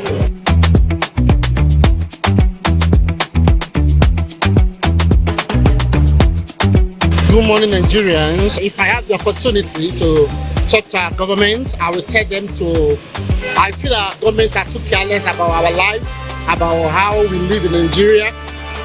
There is no price control. Government should be able to come up with the policies that control the prices of things in the market. I think everybody just do their own things. Nobody really care. The government don't really pay attention to those things. One, I will have to advise the leaders to get an advisor first. Advisor that knows things about finance. One. Then another thing is to check the population of the people you are leading. Their population matters to know how you balance things. So until our government can be able to come to the point where they put eyes to what is being sold in the market, what is being produced, how much is being produced, how much are they selling, so to be able to have the price control. Because to import goods, to clear them, all this adds to the cost of prices of goods. So these are the three things: to get a good advisor on finance, to check the population of the people you are leading. Then the third one is cost of importation of goods. The condition of Nigeria today is not the condition we met 4 or 5 years ago. The hardship in Nigeria today is getting too much. You cannot buy anything in the market, and the Nigerian government are not doing anything. We want them to look into the hardship in Nigeria. The living in Nigeria, the wheat in Nigeria now is very, very high. Ordinary man cannot even eat maybe one square meal in a day. If you drink garri in the morning, in the afternoon, no food. In the evening, you don't even know what to eat. So everything, both work, everything is too high. We don't have leaders. That is the problem we have. You know, they will go to abroad and see how they are doing abroad, how people are living in abroad. They will go there and buy houses, buy cars, buy bulletproof, buy private jets. The only thing I want them to know is they remember that when they die, they will not bury them without private jets. They will not bury them without houses. They will only go. If a Muslim, they will not bury you with a casket. If a Christian, they will bury you with a casket. But they should know that God is recording everything they are doing. The country is not going, but everybody know how much is fuel. Well, fuel is 1,000 something. Understand? People are suffering. We are happy to Nigeria government that to provide food for ordinary man in the street. At least we are dying. We are dying gradually, we are dying. Nobody, no food, nothing. We will work, no work, nothing. They are just suffering. Tomato is 1,000 or 1,000. Pepper 15 naira now is almost 1,000. It cannot cook. Things are going wrong, and government don't want to do anything. They know what they're supposed to do. They care for their pocket, they don't care for people. To our government that to provide food for us, to provide good health, good accommodation, good electricity to give us so that we can live as a human being. So I just want them to do good for us. That's it. I think we need food. And transportation alone is killing us, especially in Nigeria. So at least anything they can do about the food aspect, the feeding aspect and the transportation, I think we are cool. They should change and remember that it's God. Understand? Now they're talking about 2027 election. They're not talking about how people they're kidnapping everybody. They cannot travel. Now, if you are traveling, you'll be praying for God to save you, but we'll have leaders. Because a lot of people are suffering. I mean, rent is expensive, food, feeding is expensive, even to transport yourself down to work is very expensive. Because some places that we usually go at the rate of maybe 300, some now is getting out of hand, some 500, some 600, and also we just ask the leaders, they are doing well, the fuel have started dropping, but they should still try it. The average Nigerian is really suffering, and I really wish the government can look into the days that we Nigerians are going through and find a solution to this. If it's to try to regulate the prices and make it very easy for us. We Nigerians, we don't really need to advise the government, rather we need to cry out so that the government will look into the cost of the living, like the housing, the road, the lights. There are things government need to do, especially in Lagos State. The average salary earner is earning like 70k. Imagine you now putting down a price of 1 million naira for rent. How do you expect the person to afford it? People can no longer afford one room to live in. The cost of living now has gone higher, and people are living now from hand to mouth. Looking at the situation in the country and the minimum wage, and back to your question that what would be my advice to the leaders, to the government, is number one, there should be consistency in paying their salaries. And looking at the cost of buying things, even people that are earning minimum wages are not able to afford certain things, many things. So I will advise our leaders to look at the cost of commodities, most especially the cost of bringing things into the country, which I believe is the most of the reason why things increases. And also they should put some regulation into the cost of buying things. I will advise them to bring down the cost of fuel, because the reason why things are expensive is fuel. If they come down, the cost of living will be a bit reduced. Because look at things that people are buying in the market. Once the price goes up, the sellers do not think they should bring it down again, even if the cost of bringing it in reduces. So there should be a check, regulation check that the government should put in place, so that in case if people get the little salary they are getting, they will be able to buy things. The only thing, because they will tell you, oh, bringing rice or beans from the north is expensive, we pay this, we have to pay that, we have to pay all of this. Do you understand? So if they can reduce the cost of fuel, it will be a bit manageable. And if there is any other thing they can do, a lot of people are suffering. Some families barely eat.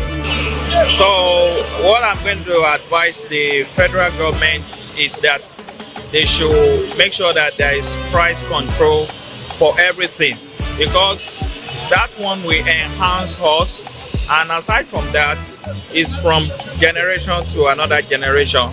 What I'm going to advise is that they should open more technical schools, so that people that are growing up, the children, they'll be able to have skill, because it's not everybody that will go to the tertiary institution. So if they have been able to have something doing, it will also help to manage the economic system. So that's the only thing I can chip in. Basically, the cost of living is telling on everybody. It's telling on moral values. It's telling on the way people run their day-to-day living. And from my own point of view, I feel the leadership should be more interested in the citizenry. They shouldn't just take decisions based on what they feel in the presidency, at the presidency level, at the government level.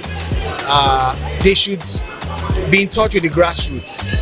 And then when they are taking decisions, they should involve the masses so that they don't just take it. Like the issue of subsidy. Subsidy is a very fine thing they did, but the process was very, very, very, very detrimental to the masses. There is so much hunger in the land. Some cannot even afford 1 square meal.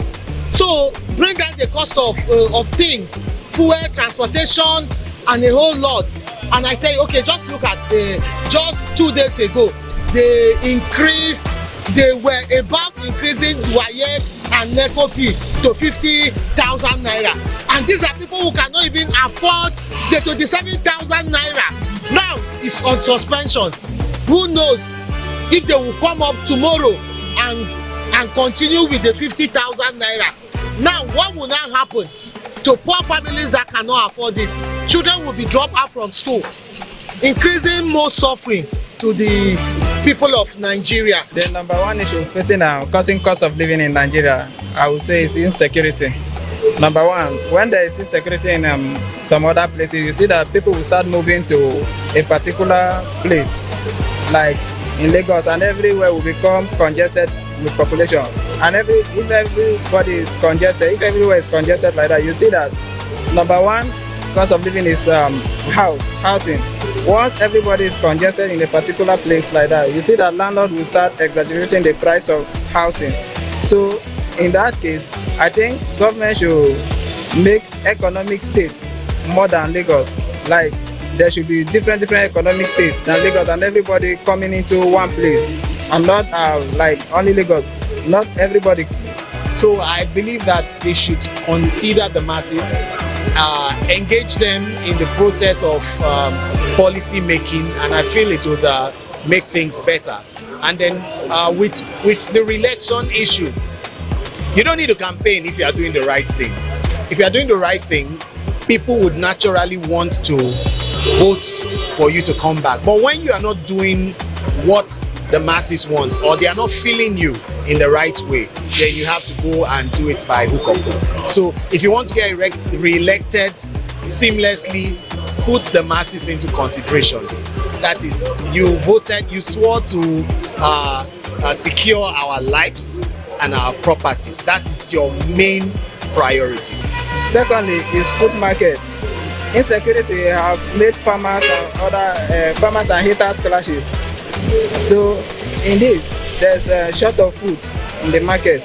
So if government can look into price regulation, because if you go into market to go and buy something now, you see that everybody are giving their price in a different rate. So there should be an agency that will be regulating price of things in the market, so that anybody can go into the market and get whatever he or she wants at affordable price. Because I might go now to go and buy something from a particular person, that person will sell at different price rate. If you go there to get your own from another person, it will be a different price rate. So that is not bringing like a stable competition in our market sphere in terms of food commodity. So if government have anything to do concerning cost of living in housing, there should be decongestion of population. Then there should be price regulation in the marketplace, so that things will come down. And if price of things come down like that, truly cost of living will be easy for citizens.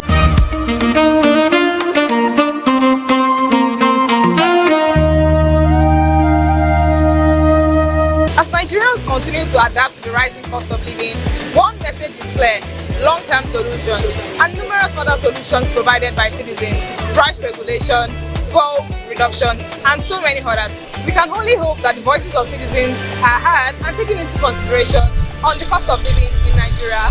This is Citizens Direct on TVWest. I am Victoria Ogudende. Thank you for joining us.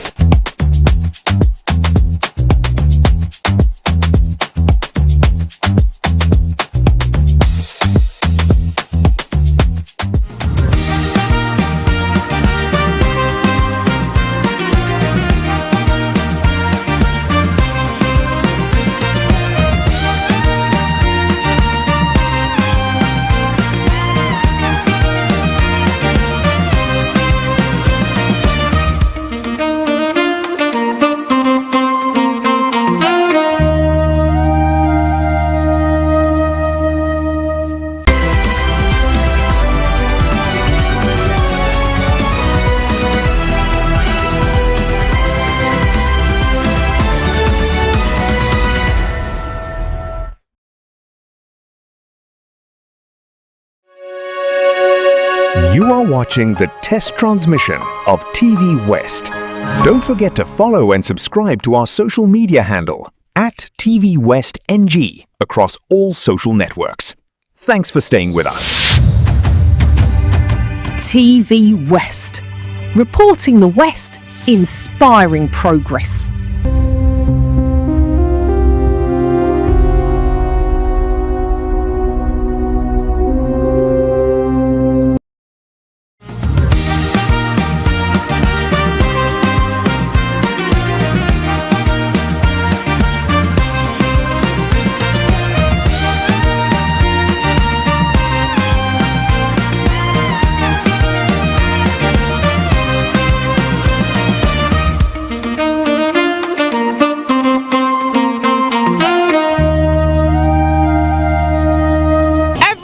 Has many voices. Before the experts debate them, before the politicians defend them, we hear it directly from the people. Hello and welcome to Citizens Direct on TVWest. I am Victoria Ogudende, and today we hit the streets to ask citizens about that one thing that they would change about government hospitals in Nigeria. Let's go.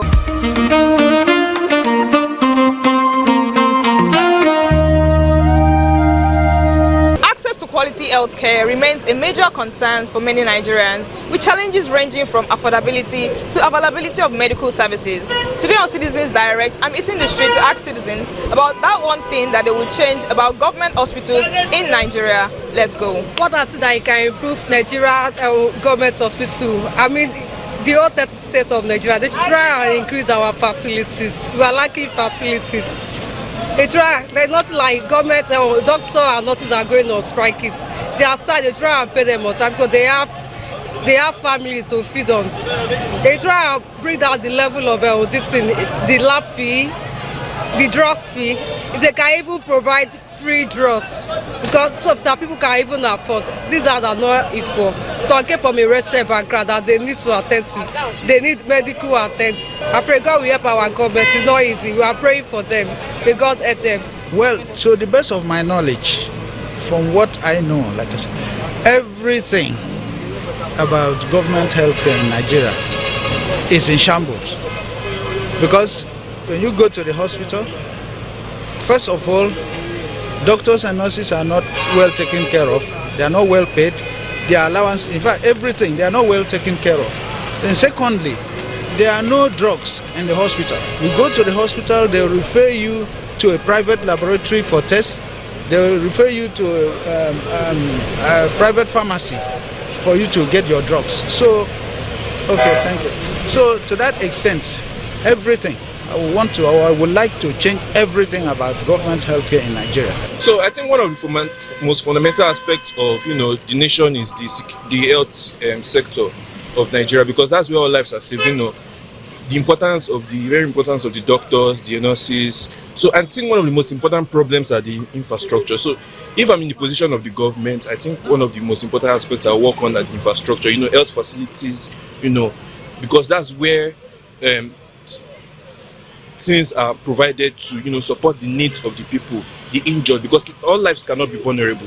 The government needs to protect the very needs and the health of the citizen, which is the most important aspect of life, the health security of the... One thing I will change about government hospitals in Nigeria is I will ensure that government hospitals are properly funded and equipped so patients can get their quality health care. The only way to approach the issue is to put things in order. One, from one perspective, one is for them to make everything easy for the masses. Because if, for example, like I went to this general hospital, I stand on the queue less than 3 hours for me to get a drugs to my mom. Okay, if I way that they quickly equate where I can easily go to somewhere inside the hospital and get it very easily and very small money for affordable. But everything is very expensive. I would say the infrastructure, the equipment, and the salary. So what they need to do is work on their infrastructure, because I think they lack many infrastructures, one, and they lack many instruments for it. And I think if they pay their workers well, everybody will, because I think in Nigeria now, the pay moves people to do their work perfectly well. Because you can't come to work and they're paying you almost less than what you should get, and you're attending to somebody, you get frustrated when you are kind of working. So I think they should increase the pay, infrastructure, and the equipment. Government hospital is all about the workers' attitude. The first thing I will change if I have the power with me is the workers' attitude. Because health staffs, health workers are supposed to be humanitarian, but most of them are definitely not. I'm not trying to point accusing fingers of them. It is in our blood, especially being Nigerians. We don't have that spirit of care towards one another. So the first thing I will change is the attitude of workers, health workers, by introducing training programs that can sanitize, that make them become more of humanitarians than just health workers, ordinary health workers, because many of them are working just for the salary. But they're supposed to remember first that they are humanitarians before the salary aspect comes into it.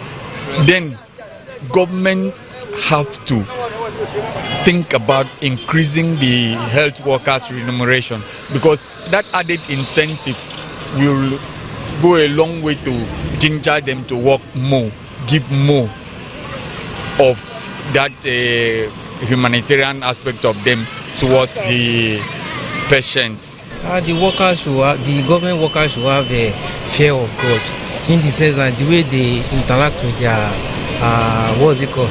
Is it the clients or the patients? Yes. So they should have a fear of God and how to interact with them. Most of them, they are evil. They don't have a fear of God. Like one day, for instance, one day I went to this general hospital.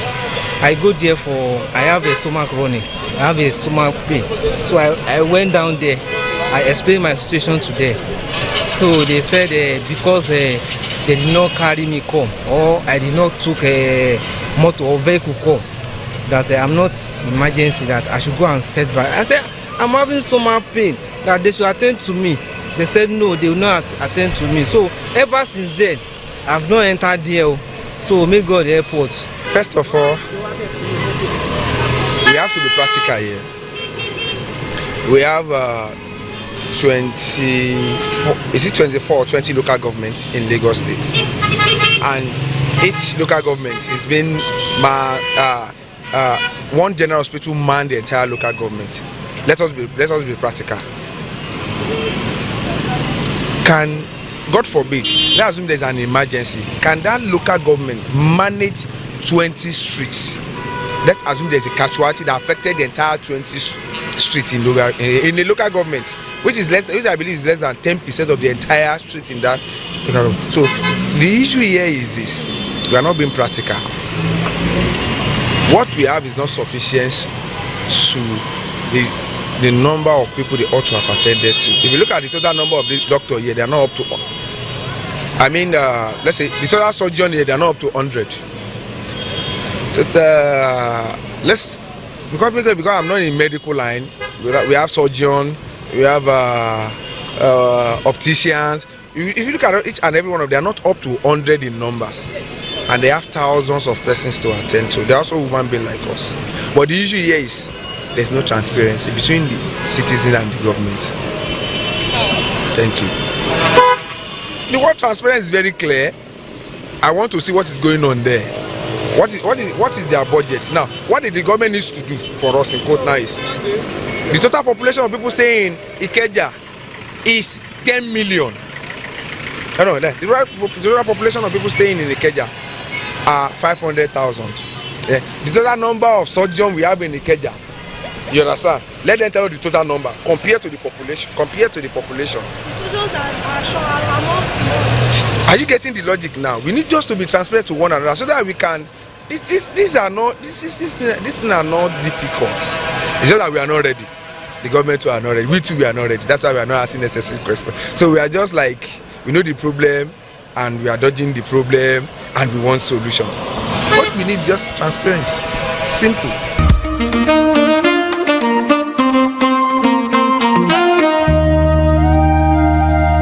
From affordability to the quality of care, citizens are calling for a healthcare system that actually works, the one that truly meets their needs. This is Citizens Direct on TVWest. I am Victoria Ogudende, and thank you for joining us.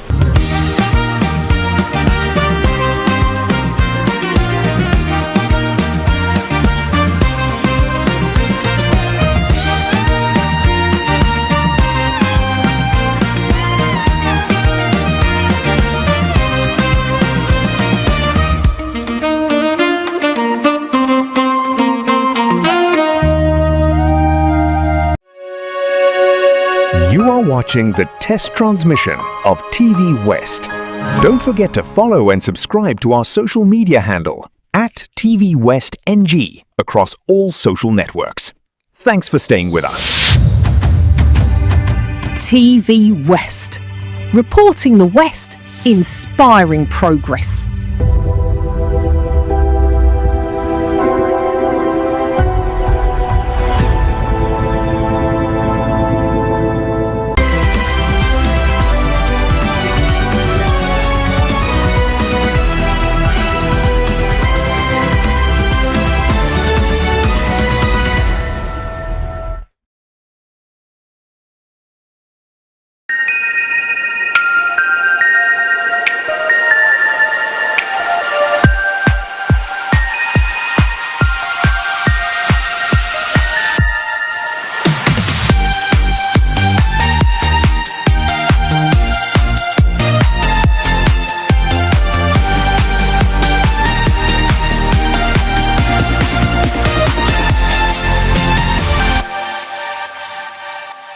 TV station other than TVWest. My name is Daniel Owoyemi. Welcome to Opportunity Radio TV. This is where we avail Nigerians with practical opportunities available out there. You may complain, oh, the country is this, there are no opportunities here or there, but on Opportunity Radio TV, we avail you with those opportunities and we bring experts that help you walk through that journey of rising from that zero to that level that you may want to be, harnessing those opportunities. So today promises to be a very interesting and very insightful one, as I'm being joined on the show by an expert, a specialist in digital marketing, Mr. Segun Olayemo. Good morning, sir. Good morning, sir. Glad to have you join us on Opportunity Radio TV. Same here, sir. I believe there's a lot you're going to unpack for many Nigerians, because before we get into that, let's go for this break. When we return, we get into the conversation, bro.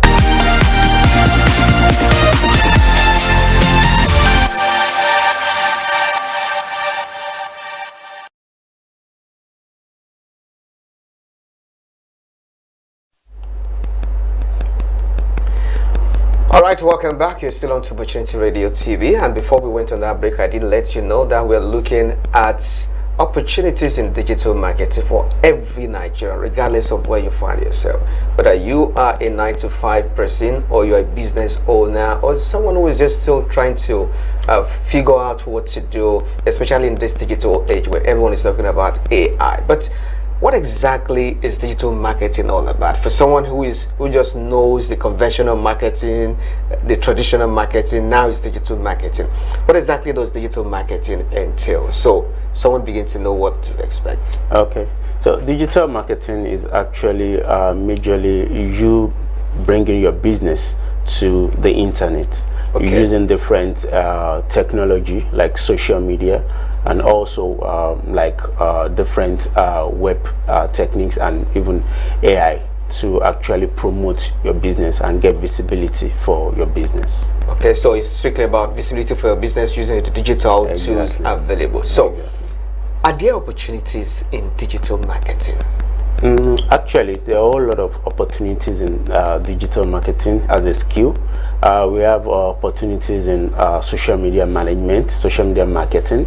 So what that entails is you helping businesses to manage their social media profile, be it Facebook, Instagram, Twitter, LinkedIn, YouTube, Pinterest, whatever social media. It's a numbers, all this one that you have mentioned now. Exactly. Okay. So, and also we still have media buying aspect, which is you concentrating majorly on helping businesses run profitable campaigns to promote their business, to promote their goods, their services to the right audience and also to the right buyers for them to be able to actually earn profit from the business. Then we also have content aspect of it in terms of writing content for different businesses for you to be able to promote your services through that aspect. It could be in form of blog content, it could be in form of content articles that people could read, learn, or even you could also earn from that as a content writer by monetizing your skill with AdSense on different ad levels. So there are a whole lot of opportunities. So you have mentioned 3 now. You have mentioned social media marketing. Yes. You have mentioned content writing. You have mentioned media buying. Yes. Please take us to. I know there's still more. Yeah. We still have funnel development. So what funnel development actually means is that you help businesses to streamline the structure at which they want to actually reach out to their audience. So it could be in form of you setting up a Facebook campaign that would actually have a landing page where people could actually visit to learn more about your business and your services. Then from there you could also integrate payments on that same page where they could actually check out immediately once they make decisions to buy from you, and you get paid, and they also get their goods or whatever services they are actually trying to buy from you delivered to them. So that's another specialization to that's funnel. Why do they call it funnel? The reason why they call it funnel is simply because it's in form of the normal funnel that we know for you to actually maybe pour water gently without you wasting any of it. So it's a funnel in terms of it has 3 levels. You have the top funnel, the middle funnel, and the bottom funnel. So what it means is that not everyone that sees your ad or your campaign would buy immediately. So you keep them in that funnel for you to be able to nurture them. So the nurturing now has to do with you selling to them different category of your product. You could have products in different categories of maybe 1 million, 500,000, 200,000, 300,000. So let's say you're pushing out a product of 1 million to your audience and they are not buying.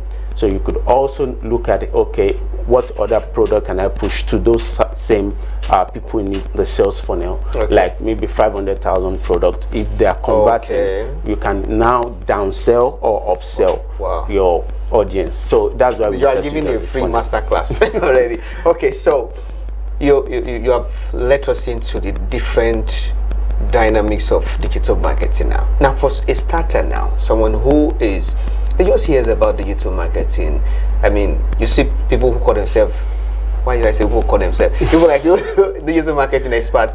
Some of them, they don't go out, they just work from home, and people are wondering, what are they doing? They must be doing cyber fraud.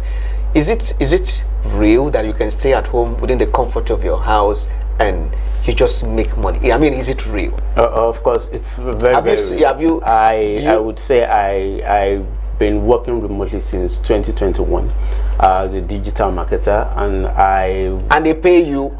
Of course. The money is not remote money, it's original money. Of course, it's real money. Spend. Like salary, yes, now you get paid for every gig or job that is being delivered. So for working remotely, it's in different levels. You could actually work as a freelancer. It means you'll be working and getting paid based on every project that is being completed. And you could also work on a full-time role as a remote worker, where you work, but just that you don't go to the office. You wake up the normal time. A 9 to 5 person wakes up, you do your work, then you close at whatever time you agreed with the company. But the good thing about it is that it gives you liberty, and it's very flexible. You don't have to deal with the awful and buffle of jumping on buses and all of that. So it's that freedom the Lagos is actually the hustling and bustling issue. Exactly. Okay. So you just have dominion over your time, and you could also control how you manage your time and even your resources. Wow. So now, in fact, it's like you're winning me. I don't know whether I should stop doing media and join and hear you. No problem. That's why I do it. You're so welcome. where can someone start from? As in level, which level can one start from? Okay, so first, if you're looking at heading into digital marketing, like I said, it's just digital marketing is just like an umbrella that actually houses a whole lot of other area of specialization when it comes to online marketing. So if you're starting out, the easiest way to start out is starting out as a content writer or a copywriter. So the reason why I said that is the easiest way is simply because it's easy for you to sit down, write content for companies. It's not so technical. It's just as if you're writing a letter, you're writing an essay. So you write that for businesses, for them to be able to promote their products, their services. Then you have it published online, and you still get paid handsomely for doing that. Okay, so for starters, you can consider content writing. Yeah. So what about which other one can? Also, you can also still consider social media marketing, just that it could now be a little bit technical, because nowadays most social media managers or marketers are being required to also understand some level of content creation and also social media graphics design and maybe video editing skills, although it's not even supposed to be one of the skills that should actually be in their portfolio. But based on job requirements, for most cases, that's why I said social media management may not be so easy like the way it was before. That all you have to do is just manage posts for businesses, respond to comments, replies, and also DMs. Okay, now I'm beginning to think that social media management is like taking the front role in digital market. So when people hear digital market now, they think everything is social media management. Of course not. No. Digital marketing, like I said, it houses a whole lot of other skills. So under digital marketing, we have social media management, we have email marketers, we have content writers. Email marketing is also part of digital marketing. Exactly. Wow. We have content writing, we have copywriting, and copywriting is actually an act of writing to sell. So it's still different from being a content writer. So for someone who has a passion, I mean, when it comes to writing now, who writes books, who writes articles here and there, does that person still need some level of training to be able to write to sell now, because he's writing to sell now? So what are the dynamics of writing to sell? Yeah, so for copywriting, like I said, writing to sell, it actually has a framework which we refer to the AIDA framework. So what that means is that is AIDA. So those 4 letters must be acronym must be very much present in your content for you to be able to sell. So it means awareness, interest, then desire and action. Free masterclass. Awareness, interest, desire and action. So it's present in your writing. Exactly. So it means you have to craft a content that would make people want to read more, want to know more about what you're trying to talk about, or whatever product you're trying to sell. Then the interest for them to be able to want to get to the last stage of your content, which is where the action is going to take place, has to also be there. Then now the desire to now willingly take action. Either you want them to maybe submit their email, you want them to submit their phone number, you want them to buy from you, you want them to make deposits, you want them to make direct purchase. Now has to do with the action being binded into the copy that you're actually writing just for that act. It's getting really interesting now on Opportunity Radio TV as we continually delve into opportunities available for Nigerians. And on this episode, we're looking at opportunities in digital marketing for every Nigerian. And my guest has been a digital marketing specialist, Mr. Segun Olayemo. Let's go for this breather. When we return, the conversation continues as we shall be looking at some other areas that would interest. So we'll be back after this time out. Stay with us.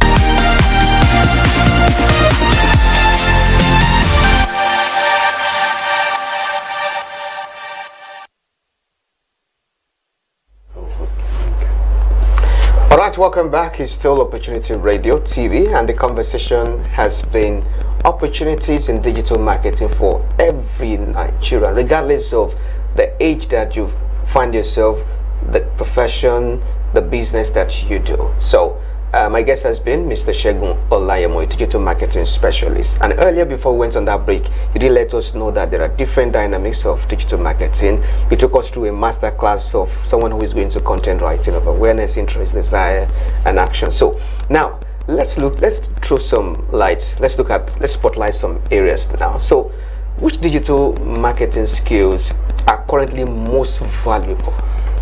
Okay, so digital marketing skills that are currently most valuable. One, I would say search engine optimization experts.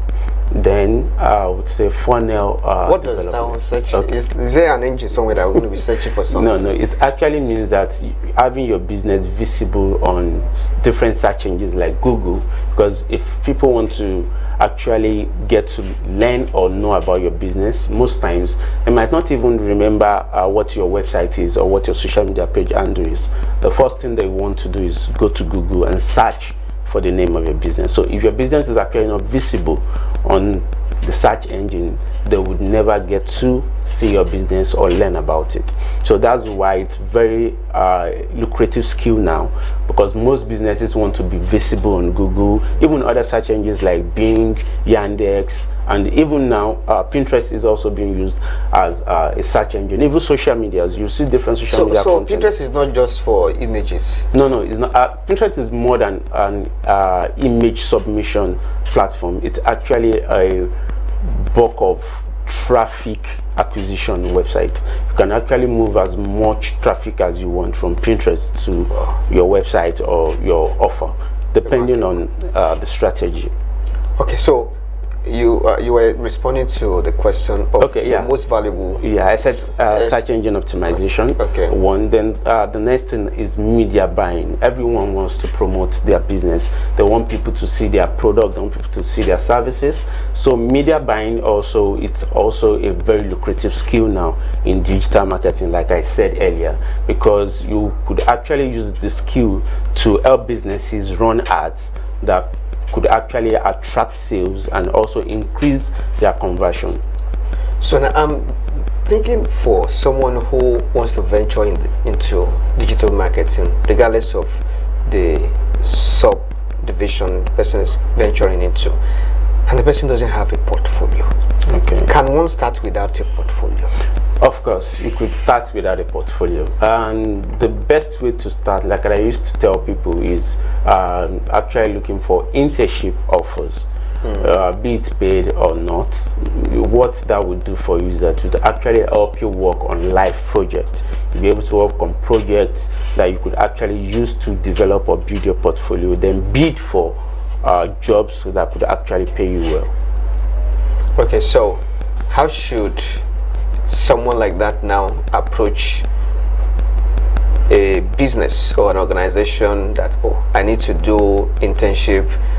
But in the event that such an organization feel that they are not willing, they will not be paying such a person, do you think it's still worth it? Yeah, it's very worth it. Like I said earlier, the best way to actually approach them is make them understand that you are just starting out, you are at the entry level of your career, then you need to build your portfolio, whereas you could actually use your skill to actually help the business grow. In returns, you work on live projects with them, then you hand that as the reward for whatever job you've done for them. Okay, so what course or what background or what educational background should one have before one can really do well in digital marketing? And for me, your educational background is not relevant.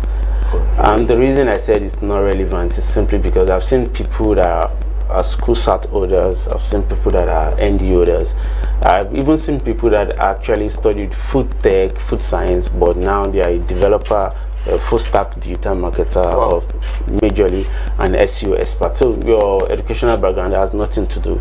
The only thing is you just need to acquire the skill set. And even majorly when you look at the international market, based on personal experience or the jobs I've worked on, none of them has ever asked me for my school certificate or whatever.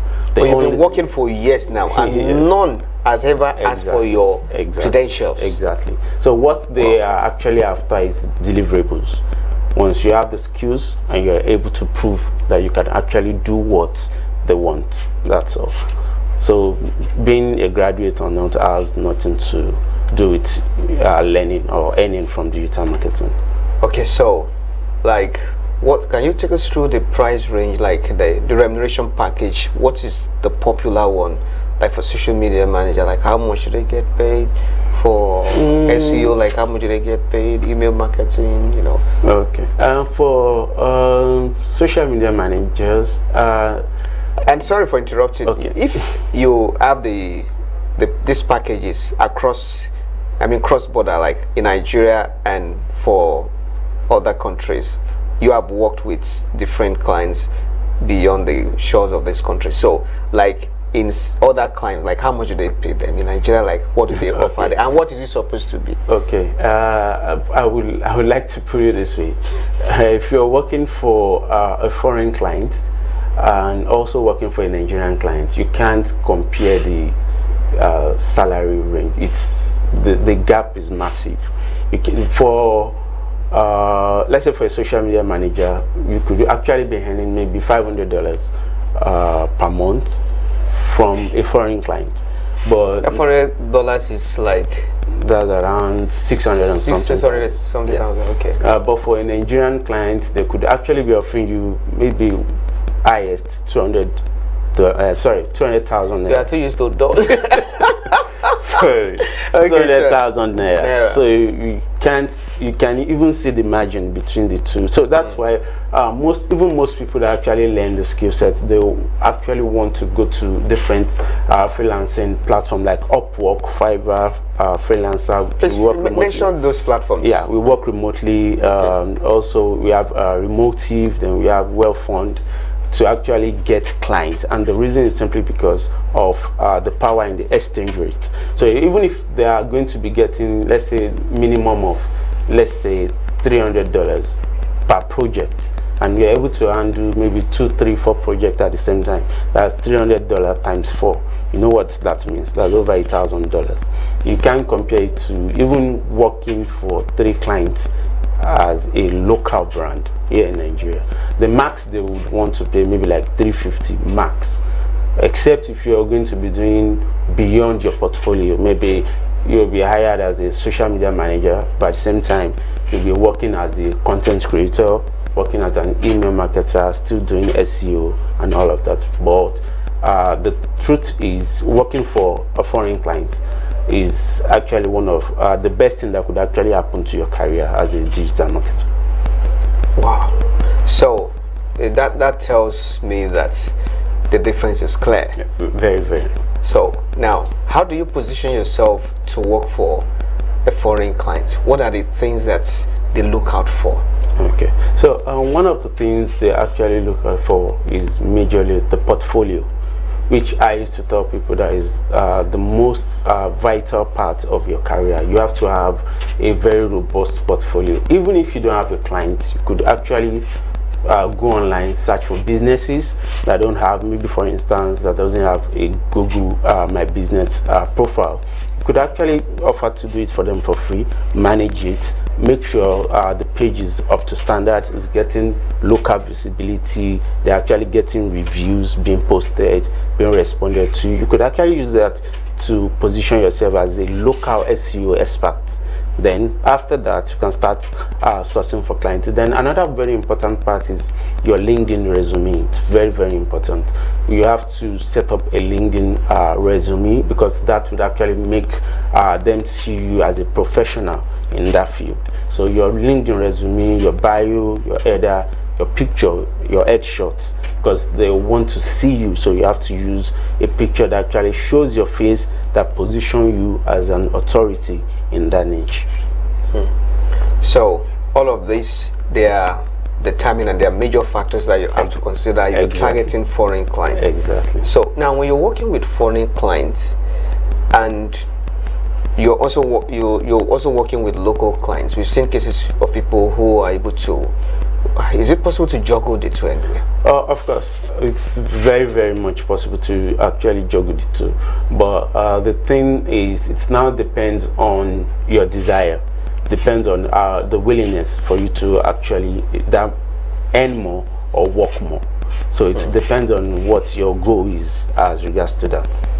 Okay, I actually would have loved that you take us through success stories of people who have traveled this far, including your own success story too. Okay. But let's maybe we should take that first before we go on this break. Okay. Would you like to share your success stories of how you started the journey? Okay. Yeah, my story actually was I started as a network system engineer. Because after school, even before school, I had done some certifications in network system configuration. So I did MCSE for Microsoft, I did CCNA for Cisco. Then also I ventured into learning ethical hacking for cyber security and also protection for different network infrastructures. So later on, I did not feel fulfilled in that area, so I was actually given an opportunity to work with a business here in Lagos. It's a photography business, so I started with them as a content creator for their blog website for the photography business. So I was actually in charge of content for them. Then also I was doing a little bit of SEO then. SEO wasn't so as popular as the way it is now then. So that was where I started off as a professional in my career. So after that, it got to a stage I got tired of going to the office. It was stressful, so I started combing the web. So I was looking every site, every blog, every forum for opportunities. Then I stumbled on a lady's post on LinkedIn. She actually needed an SEO for a real estate company in North Carolina, USA. So I actually submitted my CV. So after the interview, they felt I'm actually a good fit for the role, so I got hired. So after then, it has actually been different job opportunity over another job opportunity. But the thing I just saw in terms of my career progress was that the first international offer that I had actually opened doors to a whole lot of other opportunities for me. Because for the fact that they said I was able to work with a real estate company in North Carolina, I was also offered a SEO role with a company in Australia, not just one company.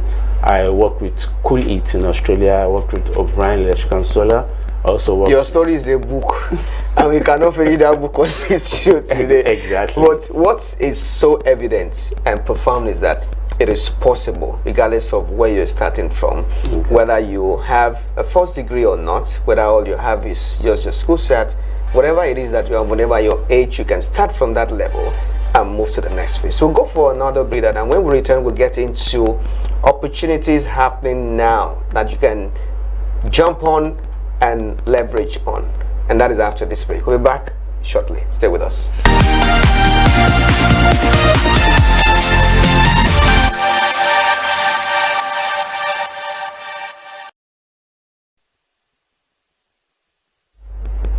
Alright, welcome back. You're still on to Opportunity Radio TV, reaching you from TVWest, Nigeria. And my name is Daniel Owoyemi. The conversation has been opportunities available in digital marketing for every Nigerian, and it's been so insightful. A lot has been learned, and now we get into yet another very interesting part of the show, which is opportunities happening now? What are those opportunities that you can jump on? So because we have looked at digital marketing, we'll kickstart with opportunities in digital marketing. And this one, it's for those who are much more interested in the social media and digital marketing space. So this, I also believe that you can see this on the screen.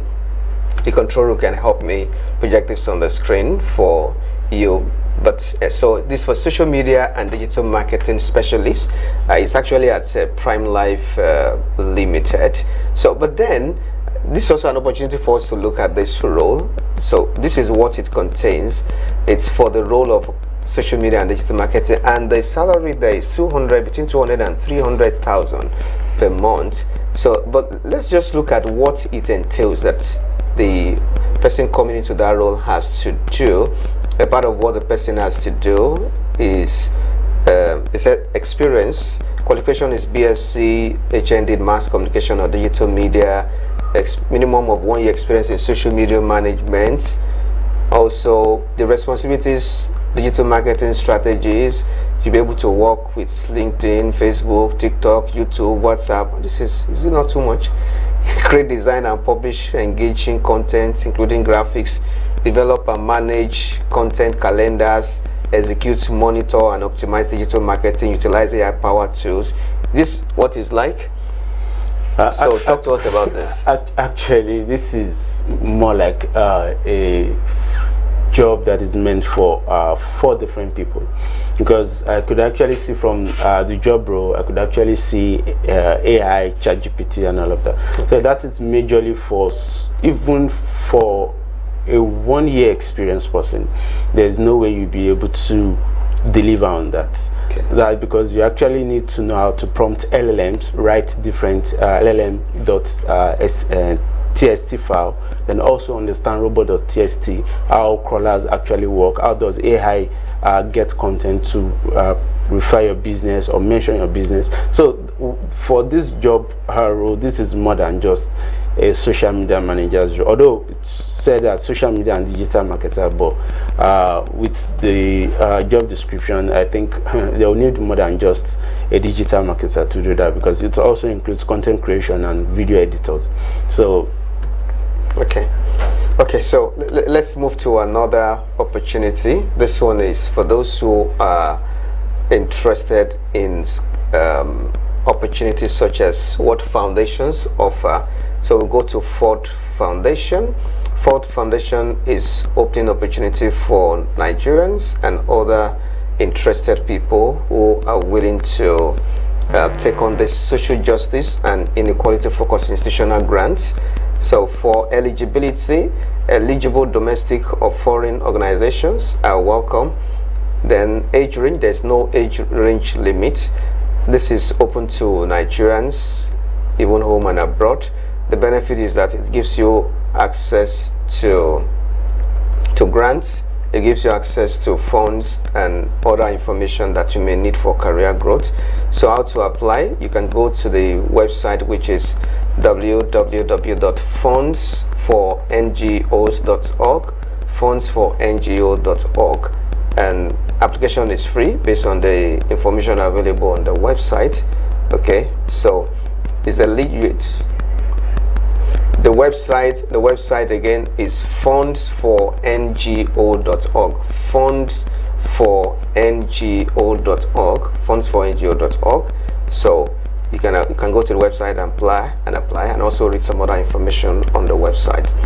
Okay, so the next to that is another opportunity, which is in NIH grants. So this is for those who are into biomedical related field. So for you to be eligible, the details of eligibility is not quite clearly stated, but it's open. You can give it a try, check the website. Okay, so another information is that for you to apply, you can go to grants.nih.gov, grants.nih.gov. so you have access to NIH funding.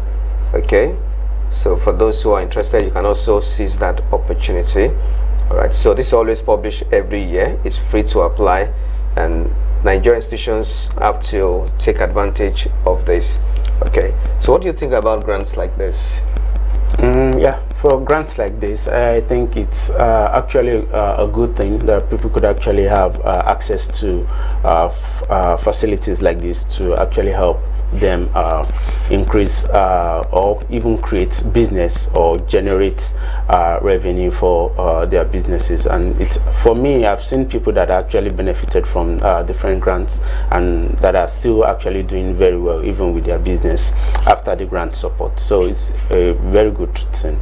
Okay, so let's go to another one, which is Grant Watch. Grant Watch is also giving opportunities for those who are willing to leverage on it. So it's a non-profit, those who can apply, NGOs can apply, small businesses can apply, schools can apply, agencies can apply, individuals and other applicants can also apply. For you to be eligible, you have to be any of those things that we mentioned. I mean, your organizations have to be into any of those things that we mentioned. For you to apply, you can visit the website grantwatch.com. Grantwatch excuse me, grantwatch.com is a website to visit and read other information about how you can benefit from that opportunity. The deadline is not clearly stated, but maybe when you go through the website, you can also see other details. And let's go straight to this other opportunity, which I feel that a lot of Nigerians will be really interested in. Okay, this is what is called the Nifemi, what do you call it now? Nifemi Brown Foundation. Let's check Nifemi Brown Foundation. Let's check Nifemi Brown Foundation. The Nifemi Brown Foundation is what we're looking at. So the Nifemi Brown Foundation is for undergraduates who are looking for scholarship, and they are asking for those people who are willing to turn in their application, and the deadline is August 24 this year. August 24th this year. So it's open to all Nigerian students currently enrolled in a higher institution of learning. So there's an essay that you are expected to write. It's about AI and how it's changing how people learn and work. So what do you think about this opportunity? Anyway, you can apply for that or get more information about this offer. Visit the website www.nbfafrica.org. www.nbfafrica.org. You can get more details. So what do you think about the NBF yeah, I think it's a good initiative, because if you look at it now, AI is like the future of everything, be it commerce, be it education, business, and even now we even have AI automated websites that actually help you search for job. They apply for you, and once you are being invited for invites, they also still send you a notification for it to then even prep you. Hold on, there's an AI that will apply for job. Exactly. For me? Yes. What's there are a lot of them like that. You have auto apply, we have job OS, we have you can even still use Claude AI. You set it up for it to actually scrape the web, look for different offers in your niche, then help you apply, then also still give you an interview prep on likely questions that they could actually ask you. Then once you have been successful at each stage, it sends you notification for you to know what the result of each interview levels are. So everything is almost automated. So AI is like everything we actually need to succeed now. Wow. So AI can help look for job. AI can help do the job. Exactly. What else can AI not do? All right, so it's been a very insightful, very interesting moment. Learning opportunities available in digital marketing, and my guest has been a digital marketing specialist, Mr. Olusegun Olayemo. He has done his part in giving us insight. So the takeaway from this show is that you can start from wherever you are. You can start with content writing, and that if you want to And so you can start with content writing, you can start with social media management, and that there are opportunities for you not only locally but even internationally. And to also let you know that no matter the amount that is being paid, you can actually scale it up and also make the best of it. So I believe that you have learned one thing or the other. I think home is calling. For everything that has a beginning, there's always an end to it. It's been a very good moment, and I must say thank you so much for coming to Opportunity Radio TV. You're welcome, sir. All right, so for my viewers, we really appreciate your time, and stay tuned for yet another show coming on Opportunity Radio TV. I'm Daniel Oyemi. Enjoy the rest of your day. Bye.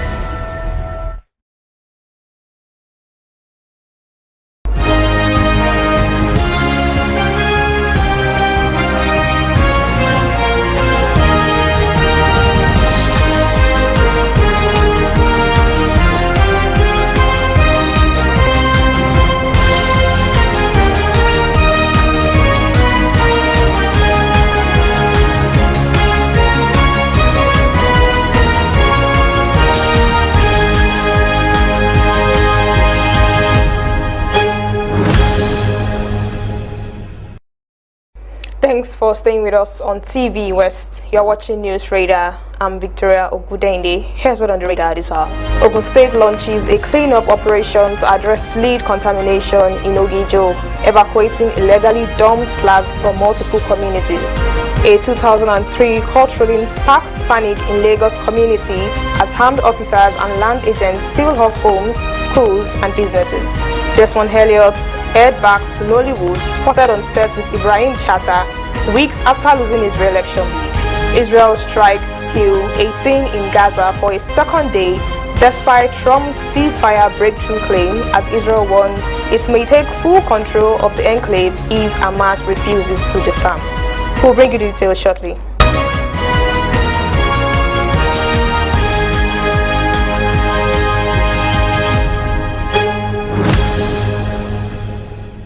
We begin by telling you that the Ogun State government has launched a remediation exercise to tackle contamination in the industrial town of Ogijo. The general manager of Ogepa said the exercise follows detailed tests on soil, water, air, and residents' blood. He said the government has started evacuating illegally dumped slag from various communities. The material is hazardous and poses serious health risk to residents. He said the evacuation would take weeks because large quantities have been dumped across multiple locations, but the government is determined to complete the exercise in the public interest. He also said U-Lab facilities must upgrade their operation by deploying automatic battery breakers to reduce slag generation. They have also been directed to comply with state procedures for slag management.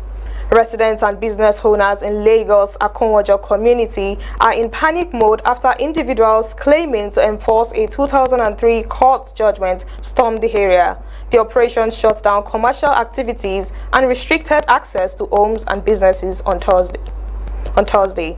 Shops, banks, schools and residential estates remained locked as a group of alleged Omonile moved through the neighborhood. Armed police officers were stationed at strategic locations, including the entrance of one of the estates. Several structures were marked with the inscription, "Possession taken today by court order." The enforcement exercise reportedly involved individuals representing judgment creditors accompanied by police officers attached to the Lagos State Task Force. They claim to be taking possession of about 56 hectares of land following a 2003 Lagos High State Court judgment. Affected areas include a long stretch of properties along Akomojo Road, Santos Estates Phase 1 and 2, Valley Estates, and several adjoining communities. The Judicial Commission of Inquiry established by the Oyo State government has called on members of the public to submit rating memorandum of the abducted school children and teachers in Orire local government area. The Commission is seeking information on the circumstances surrounding the incident, the response of authorities, and recommendations to prevent the reoccurrence. Submissions should include the submitter's full name and contact details. Supporting documents may also be attached.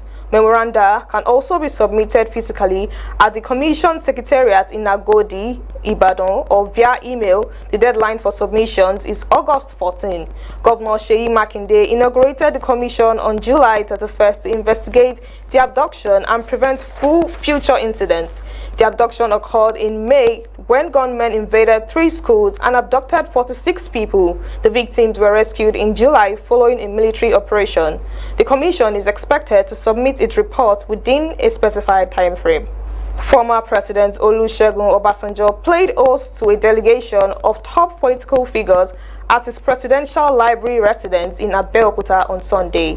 The gathering included Oyo State Governor Seyi Makinde, former Ekiti Governor Kayode Fayemi, and former Osun Governor Olagunsoye Onyelola. Makinde later shared on social media that their conversation focused on pressing national matters with the 2027 elections in view.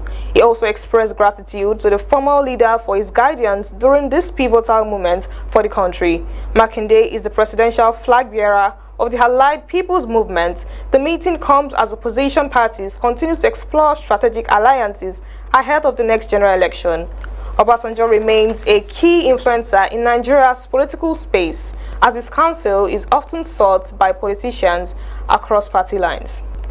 The Nigerian Union of Journalists in Ondo State has called on Governor Lucky Ayedatiwa to urgently address the recurring flood affecting part of the state. In a communique after its monthly congress, the union described the flooding incident as pathetic and appealed to both states and local governments to ensure regular cleaning of drainage systems before the peak of the raining season. The union warned that the government should not wait until the height of the rains before taking preventive action. The Congress also expressed concern over the condition of several roads. It said poor drainage and deplorable roads could worsen the impact of flooding. While acknowledging ongoing road construction efforts, the NUJ expressed reservation over the slow pace of work on some projects, including the Akungba Ikare Akoko Road, Okitipupa Igbokoda Road, and Okearo Idonre Road. It urged contractors to accelerate work. The remains of veteran journalist and Ibadan High Chief Lekon Halabi were laid to rest on Sunday at Eternal Homes in Fiditi, Oyo State. The final rites began with a janaza prayer at his Akobo residence in Ibadan. The Chief Imam of Ibadan land led the prayer. Family members, professional colleagues, and political associates gathered to pay their last respect to the man widely regarded as one of Ibadan's foremost media icons. After the prayer, the body was conveyed to Fiditi, where a large crowd of indigenes, traditional leaders, and government functionaries received him. Alabi served as a press secretary to 4 governors of the whole Oyo State between 1983 and 1989. He was also a respected columnist, public relations consultant, and mentor to younger journalists. You are watching News Radar on TVWest and Victoria Ogudende.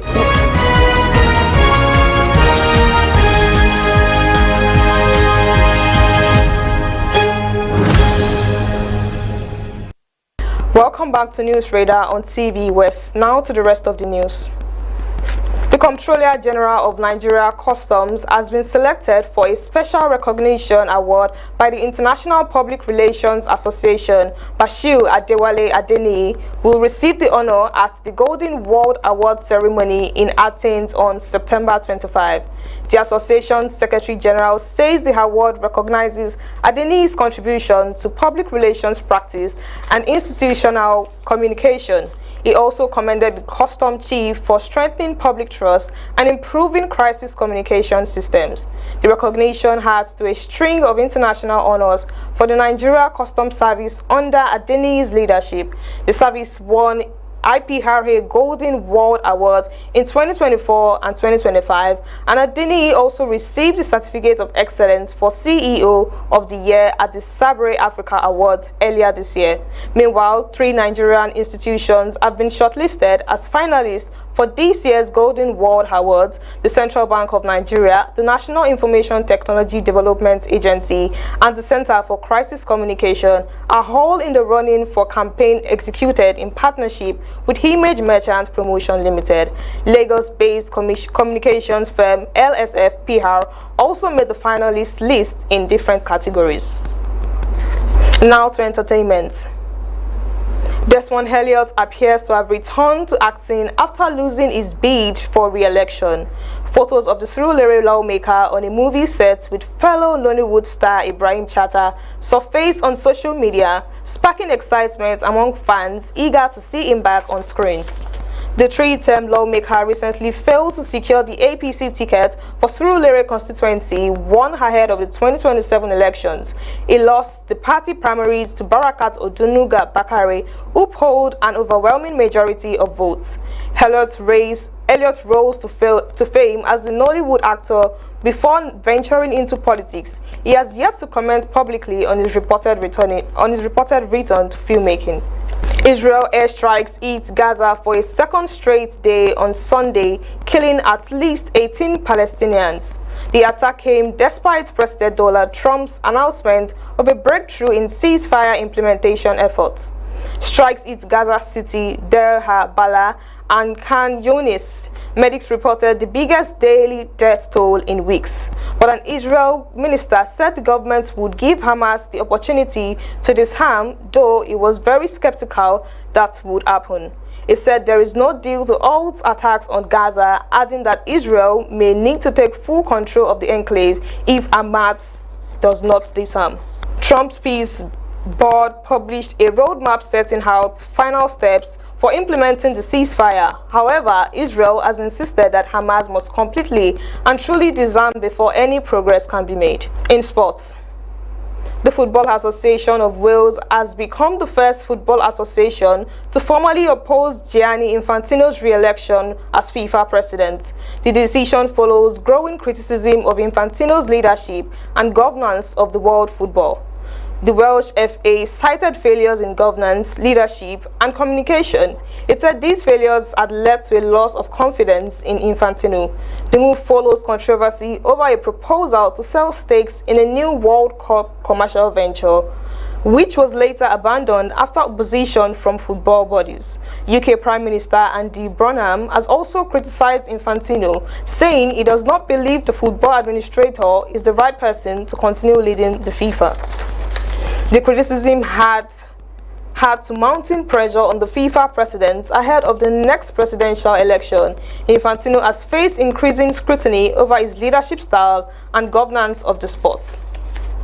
The Super Falcons will face Egypt without 2 key players, defender Oluwatosin Demei and midfielder Jennifer Echegini are both suspended from Wednesday's crucial Group C match. Demei received a straight red card in Saturday's win over Zambia. She brought down striker Barbara Banda as the player raced toward goal. Echegini picked up her second yellow card of the tournament, triggering an automatic 1-match ban.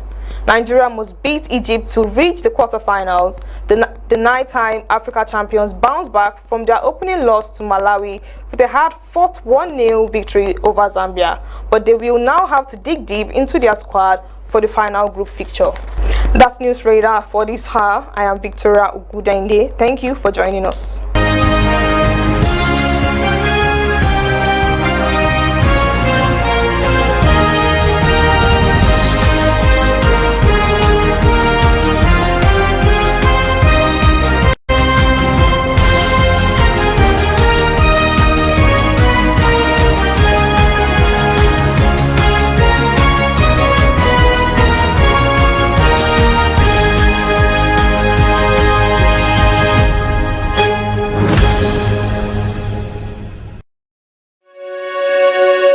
You are watching the test transmission of TVWest. Don't forget to follow and subscribe to our social media handle at TVWest NG across all social networks. Thanks for staying with us. TV West. Reporting the West, inspiring progress.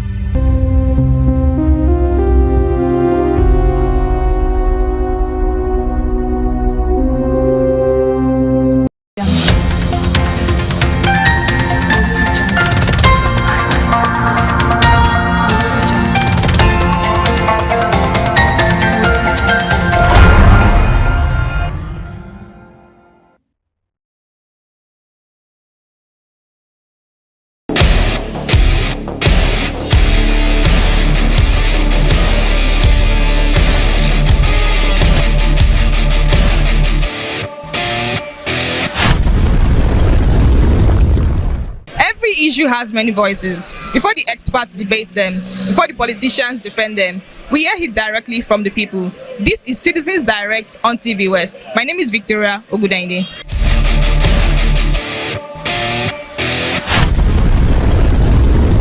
In the past 1 month, several communities have experienced flooding in and around Nigeria, which has left many homeless. Today on Citizens Direct, we hit the streets to ask citizens if they think enough is being done to prevent flood disasters in Nigeria. This draining from Mogbaye is very terrible. The government is not doing anything about the draining.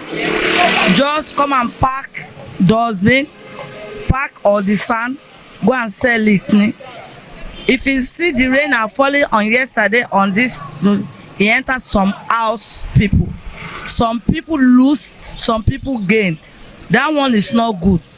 Like Okyodo now. I went to Okyodo yesterday.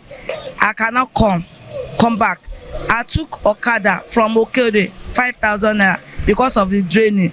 The draining is always wasting property. It should government try for us to do something about the draining. If you come from the Caterpillar now or yesterday, the draining is very bad. Students, God save this one student. It's one Abokina carry the student from the quarter, or less that water will carry their student go. Please let us do a lot of things for the woman and the man and because Nigeria now suffer. She will what is calling it? Carry Boko Haram. Nobody can sleep very well. She won't make God help us. Government to try for us by grace of God. They say when you say the truth shall set you free. On the side of Tinubu, pushing money. Are you getting me? To checkmate flooding in Nigeria. The man really is doing that perfectly. Are you getting me? To say the truth. But on the side of people, he's handing over the monitor. They are all criminals. So in generalizing everything, to generalize everything, they are carrying it on his head because he's not up and doing to checkmate them. There is what we call price control and rationing. When you send agents to go to the market, if you want to control the price of commodities that is publishing your name, there is a section they used to call price control and rationing. These are the people that will enter into the market and check what the government has given order to sell is what they are selling. Are you getting me now? But because of other activities he's facing, are you getting me? He has not been able to cope with it. So that is why he's selling on the area of that one. He has given them enough to checkmate it. But there are criminals around him. Are you getting me? That are not doing enough to help him, to promote his name. Are you getting me? That's on the side of that. But total failure in security purposes. Total failure. Yes. The government is doing a lot about the flood in Lagos State because government is doing a lot. But most of the people in Lagos State, they are not helping the government based on when it is rain now. So a lot of community they will carry a lot of what's it called, dustbin, pour inside the gutter, and this thing is it contributes a lot of problem in the government. We can imagine He cannot expect government to come to what's it called? Come to the street, come to under the bus stop in the midnight to come and observe people. So we as a community, we need to do the needful in order to help the government. I don't think enough is being done to prevent flood, because if the necessary and adequate infrastructure is put in place and due diligence, I don't think there will be flood in Nigeria that will cause chaos. The citizens are contributing because refuge where they ought to be, they'll be storing the refuge in the gutter, and it's also blocked the water flow. Government have been trying. They've been trying their best. But you see, we citizens are like animals, which we need to be treated like animals. When you direct somebody this way and somebody doesn't follow, how do you feel? When the government is trying to put an infrastructure whereby the drainage will be okay for the people, whereby water will flow, you see some people who still carry dustbin, who will carry bin to go and block that drainage. The government is trying their best, but it's only that corruption has diminished everything. There is no checkmating in anything. The government only make law, but they don't checkmate the law they put to the people they are making the law for. There's a difference between giving a law, then checkmating that law you give. Maybe people are following that law. The government are trying, giving a law, but the people are not following that step the government want them to follow. That's why you see flood everywhere. Where water is supposed to flow, somebody will carry a bag of dustbin and go and fix there. Some money themselves will even sell the land where water is supposed to pass. When the money sell land that water is supposed to pass, tell me what will happen to houses around that place? Houses there will collapse. So the government is trying, only that corruption is like they are wearing suit and tie every day in this country. Thank you very much. In my own observation, I don't think they are doing enough. They are not doing enough because if you look at what happened recently, you agree with me that part of the reason we are not getting light now is because some players in the power sector declare force majeure, meaning there is a natural disaster that beyond their control, and because they don't want to breach some contractual agreement without consequence. Force majeure is always a clause in such contract. But the question now is, why I feel they are not doing enough is, look at the flood is a global phenomenon. But what happens in Nigeria and most African countries has some inefficiency on the part of government. When you look at the flooding, you can clearly see that the water is dirty, and the reason it's dirty because the drainage is blocked, and perhaps the debris, the dirty in the gutter is already joining the flood on the streets. So if the government do their due diligence by making sure that they clear all the drainage ahead of time, I have to believe that the flooding will reduce.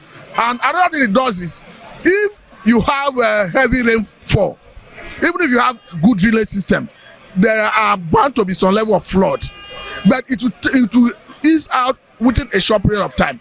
I think that's what is obtainable in other places like United Kingdom. That is why if you see that flood is always dirty. It shows that there is heavy downpour that overwhelm the drainage, but within a short space of time, it goes away. But when the drainage is blocked, you take some time before you see the water clearing away. So for me, I think our government needs to do more. Citizens, yeah, definitely, there's no argument about that. Our attitude to environment is a major factor. You see, Nigerians, they are not environmentally friendly. Why will a sane someone drop refuse in the gutter, in the drainage, or even on the road? And the most worrisome part of it, that you realize that most recently, Lagos State came up with a policy to phase away styrofoam nylon that cannot be used more than once. The reason is not far-fetched, because studies are proving that, not Nigeria anyway, that small pieces of nylon materials that can only be seen by microscope is already being discovered in the brain of dead persons, even in outside the country. Because by the time you drop all these things in the drainage, it finds its way back to the sea. And these things have no tendency to decay over the years. So it is not environmentally friendly. So I think we should have a stronger policy in place talking about the government, and we should have a serious advocacy to educate Nigerians about the need to be environmental friendly in terms of how you dispose your waste. They may have done something, but it's not enough. Because if it's enough, there won't be the flood experience. It's not enough, definitely. When they get a contract, they do it wishy-washy. And the end result is what we are saying. That is the way I see it. They are not doing enough. I've been to places in the world and it's properly done and you will not see the disaster. Then you ask me a second question. No, that is the worst disaster. Citizens are so hygienic. The way they throw pure water things, and our people, our Africans are fun and short. They throw things anyhow. They don't give a damn. They are not environmentally conscious. So the citizens are zero. Consciousness is not even there. That discipline is not there. Comment of the day. I mean, Lagos State has not done anything in regard of Lagos State drainage. Do you know the meaning of drainage? Waterways, after rain, floods, channels, from township or urbanities to rivers, to what do you call it, canal. From canal, it empties into the river. From where the river is just emptied into the Atlantic Ocean. Simple. That defines better drainage system. Like you have drainage in Nigeria. If Nigeria is well planned, you can't see this kind of disaster happening in Lagos State, Anambra State, Borno State, all over the country. But we don't plan well. We should have channeled the entire canals to one place from where it will be emptied into Atlantic Ocean. But you can see it. The waterways, the water channels are wrongly constructed. That's why anytime it rains, you see some people dying accidentally. In fact, heavy downpour in Nigeria is a disaster. Because once it occurs, the residents as Lagos Island and Banana Island, all of them will be scampering for safety to get at home before getting or being drowned. You see it. The government has not done anything in terms of channeling the waters. The flood waters, to the right position. They only read budgets in that regard and they sink the money. Distribute it or disperse it among themselves. We don't have good drainage. The water channels in Nigeria are poorly constructed. The only drainage we have in West Africa, I can just tell you that Lake Chad, River Niger, that's all, River Gambia, Senegambia, River Niger, Hadija, Katsina Allah, Lokoja, where you have the confluence town where River Niger and Benue meets and they wash down to this Atlantic Ocean. That's the only drainage we have in West Africa. I think the citizens really need to be oriented on how not to put things by trying to block the flood. You can't block the flood. It's supposed to be left for government to do because they have the capacity. But as individuals, we can't come together and do it. We don't have that fund. And as a result of maybe building house beside the road or selling beside the road or trying to, all this still cause victims to feel bad. So in this case, we need to orient them to shift their things from road and give way to flood to pass. I think they need to really orient them on that. They are trying their best. They should do more and more especially when they are constructing road. We need a very wide gutter. It's good to have a very wide gutter, and they should also go to the rural area. Government should not concentrate on the cities alone. Go also to the rural area. They are trying their best. They should try more. I want to thank the Lagos State government for what they have done so far. It's not easy to manage a mega city. Nevertheless, I will make the following suggestions. 1, existing drainages need to be expanded. Number 2, during general cleanup like Saturday sanitation, they should look for vehicles. For instance, there is this tricycle waste carrier sold somewhere along Acme Road. They can use it to evacuate those waste brought out from the drainages on Saturdays and move them to the receptacle. Number 3, all the major canals in Lagos, they should be desilted quarterly, once every 3 months. Number 4, if you look around you in Lagos, all the street lights, there are no waste bin collectors. If you go to a place like Uyo, they have it on the street lights. They install it. If you drink pure water, bottled water, I want to discard it, you go to the waste bin closest to you and you throw it into that place. So these are some of the steps that Lagos State need to implement to ensure, to prevent flooding and make sure that all this, the drainages flow well and the flooding is prevented, and also the environment is much more healthy for everybody. No, there is nothing being done about it. So the town planning laws are not being followed. People build how they want to, and they can manipulate the system and build. And also the government needs to build some dams to prevent the flooding.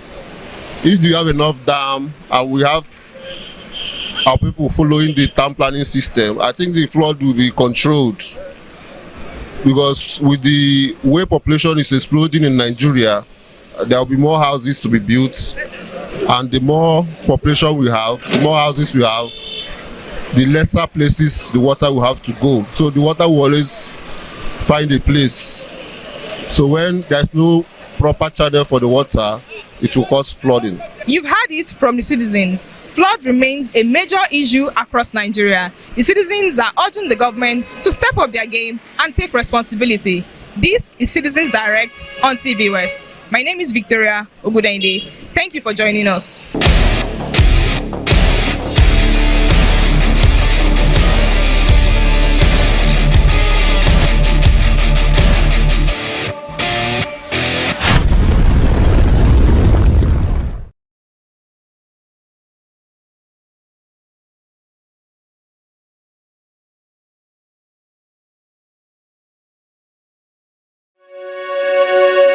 You are watching the test transmission of TVWest. Don't forget to follow and subscribe to our social media handle at TVWestNG across all social networks. Thanks for staying with us. TV West. Reporting the West, inspiring progress.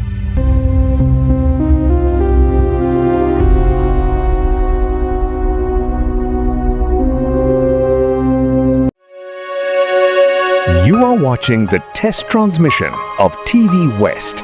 Don't forget to follow and subscribe to our social media handle at TVWestNG across all social networks.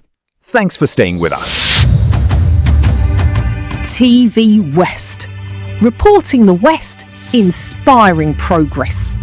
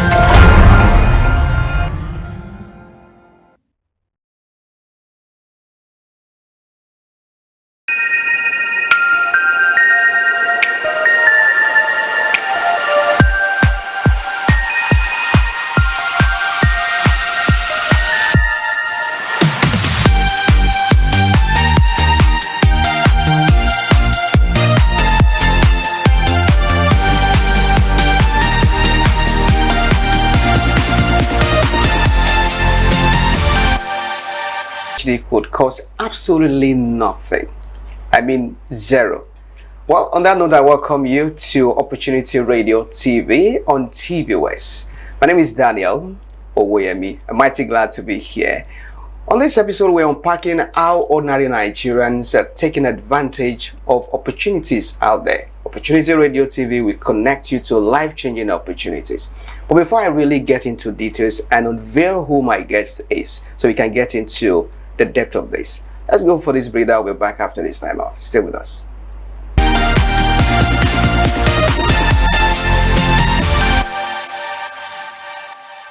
Alright, welcome back. You're still on to TVWest, and this is Opportunity Radio TV. Before we went on that break, I told you we're going to be unpacking how Nigerians go into full scholarship.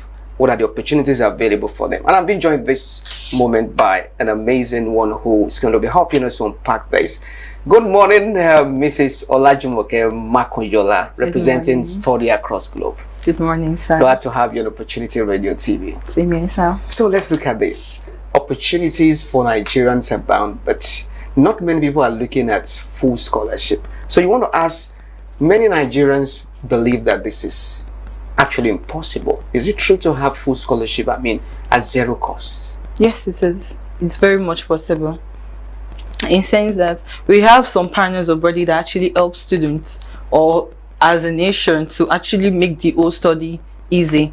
If at all you don't have the financial means, you don't have, but so far you are very intellectually sound, you have much opportunity there, because those people actually look at some categories of things to work with before issuing out a scholarship. And we have a scholarship body that actually help students per se to make it very much easier to achieve your dream in other countries. So is there anything as full scholarship? Yes. So but some you hear scholarship and they don't give you full. Is this still scholarship? Yes, it's still scholarship. What do you call that? Partial scholarship, and we have full scholarship. Okay, so who pays for this scholarship? I mean, you go to school, you don't pay anything. Who pays for that? They say there's nothing free anywhere, even in Freetown. So how come there are towns something is free? Who pays? Okay, so we have some bodies that actually helps. They take care of that. That's the government part of the whole scholarship. Bodies of NNPC, Chevrons. We have other people that actually helps with the whole full scholarship part. We have the Irish government that actually, you know, help students with the whole full scholarship funded. So you want to ask which countries offer the best of the scholarship? I mean, we have scholarship in Nigeria, but which countries globally offer this scholarship? Like I said, Irish government actually offers full scholarship. We also have what's it called, Chevron, that helps students to, you know, so far you are willing, like I said earlier, so far you are willing to take hold this whole process. So we have people that are willing to do everything like that, and the bodies of Chevron, NNPC, Irish, and some of the schools in UK to actually give what's it called, tuition deposit scholarship. That is it. Okay, now let's try to get into details now. Okay. So when you talk about scholarship, like when do applications really begin?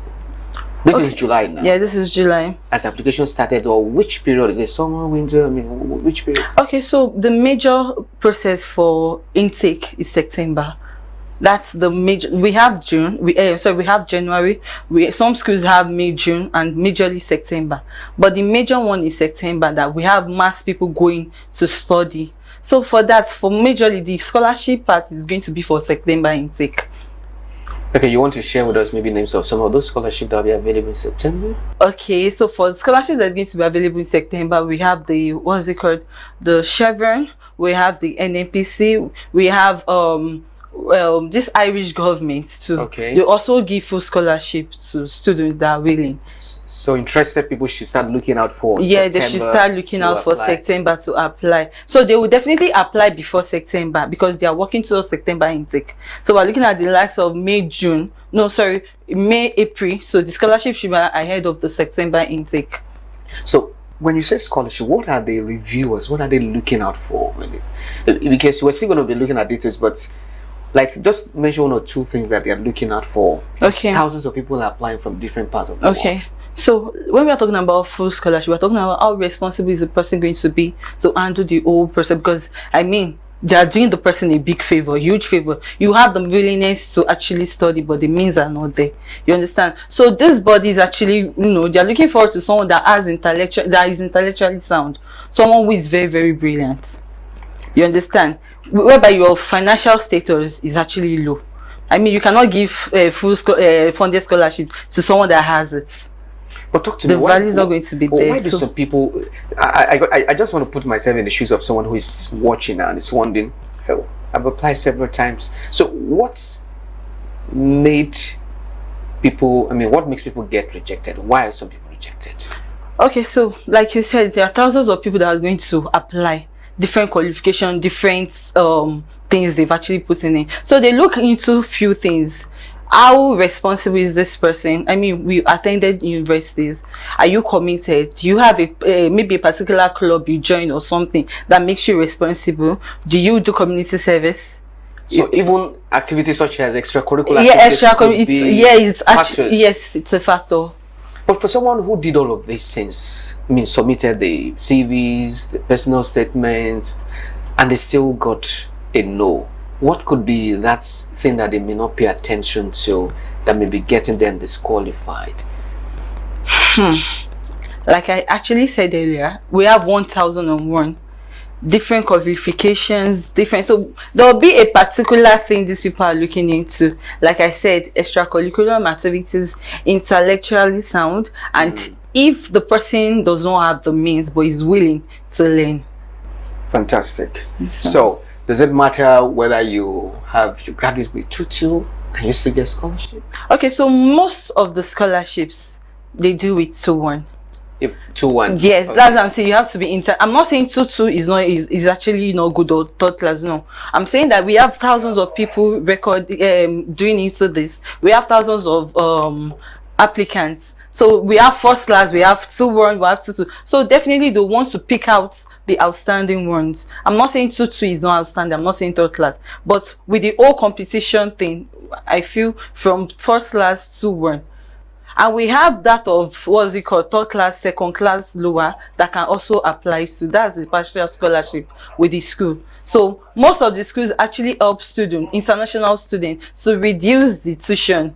You know, let's assume you have a particular tuition fee of maybe 21,000 and you're giving a discount of 5,500 or probably 7,000. It's something.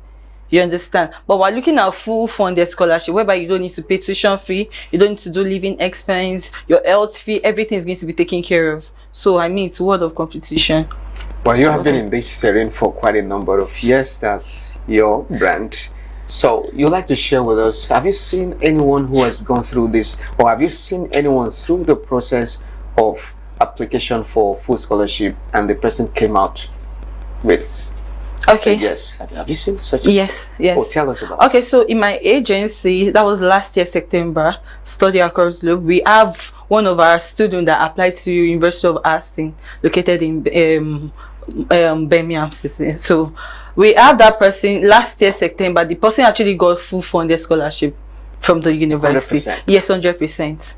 And you took the person through the whole application? We actually took the person through the whole application process and everything. So we have thousands of people that actually applied. Can you let us into something spectacular that you do when it comes to applying that? Of course, I mean, for that person now that made the person get a yes. I mean, something spectacular. Okay, so the person applied very early. Early application, right? Yeah, it matters a lot. Yes, person applied very early, and the person actually put the whole process, did the CV, did everything, the extracurricular, whatever she was doing, into the community service she was doing, and then she actually attached everything. So it's not like she, right? Yes, it's not like she lied or anything. Everything was genuine, and she had a good result. Okay, well, in case you're just joining us, you're still on to Opportunity Radio TV, reaching you from TVWest, and I've been speaking with my guest, none other than Mrs. Olajumoke Makonjola, joining us from Study Across Globe. We'll go for a break now, and when we return, the team may get bigger than this. Do not be surprised. We're just unpacking opportunities, particularly as Nigerians leave this money on table for scholarship for study abroad. We'll be back after this time out.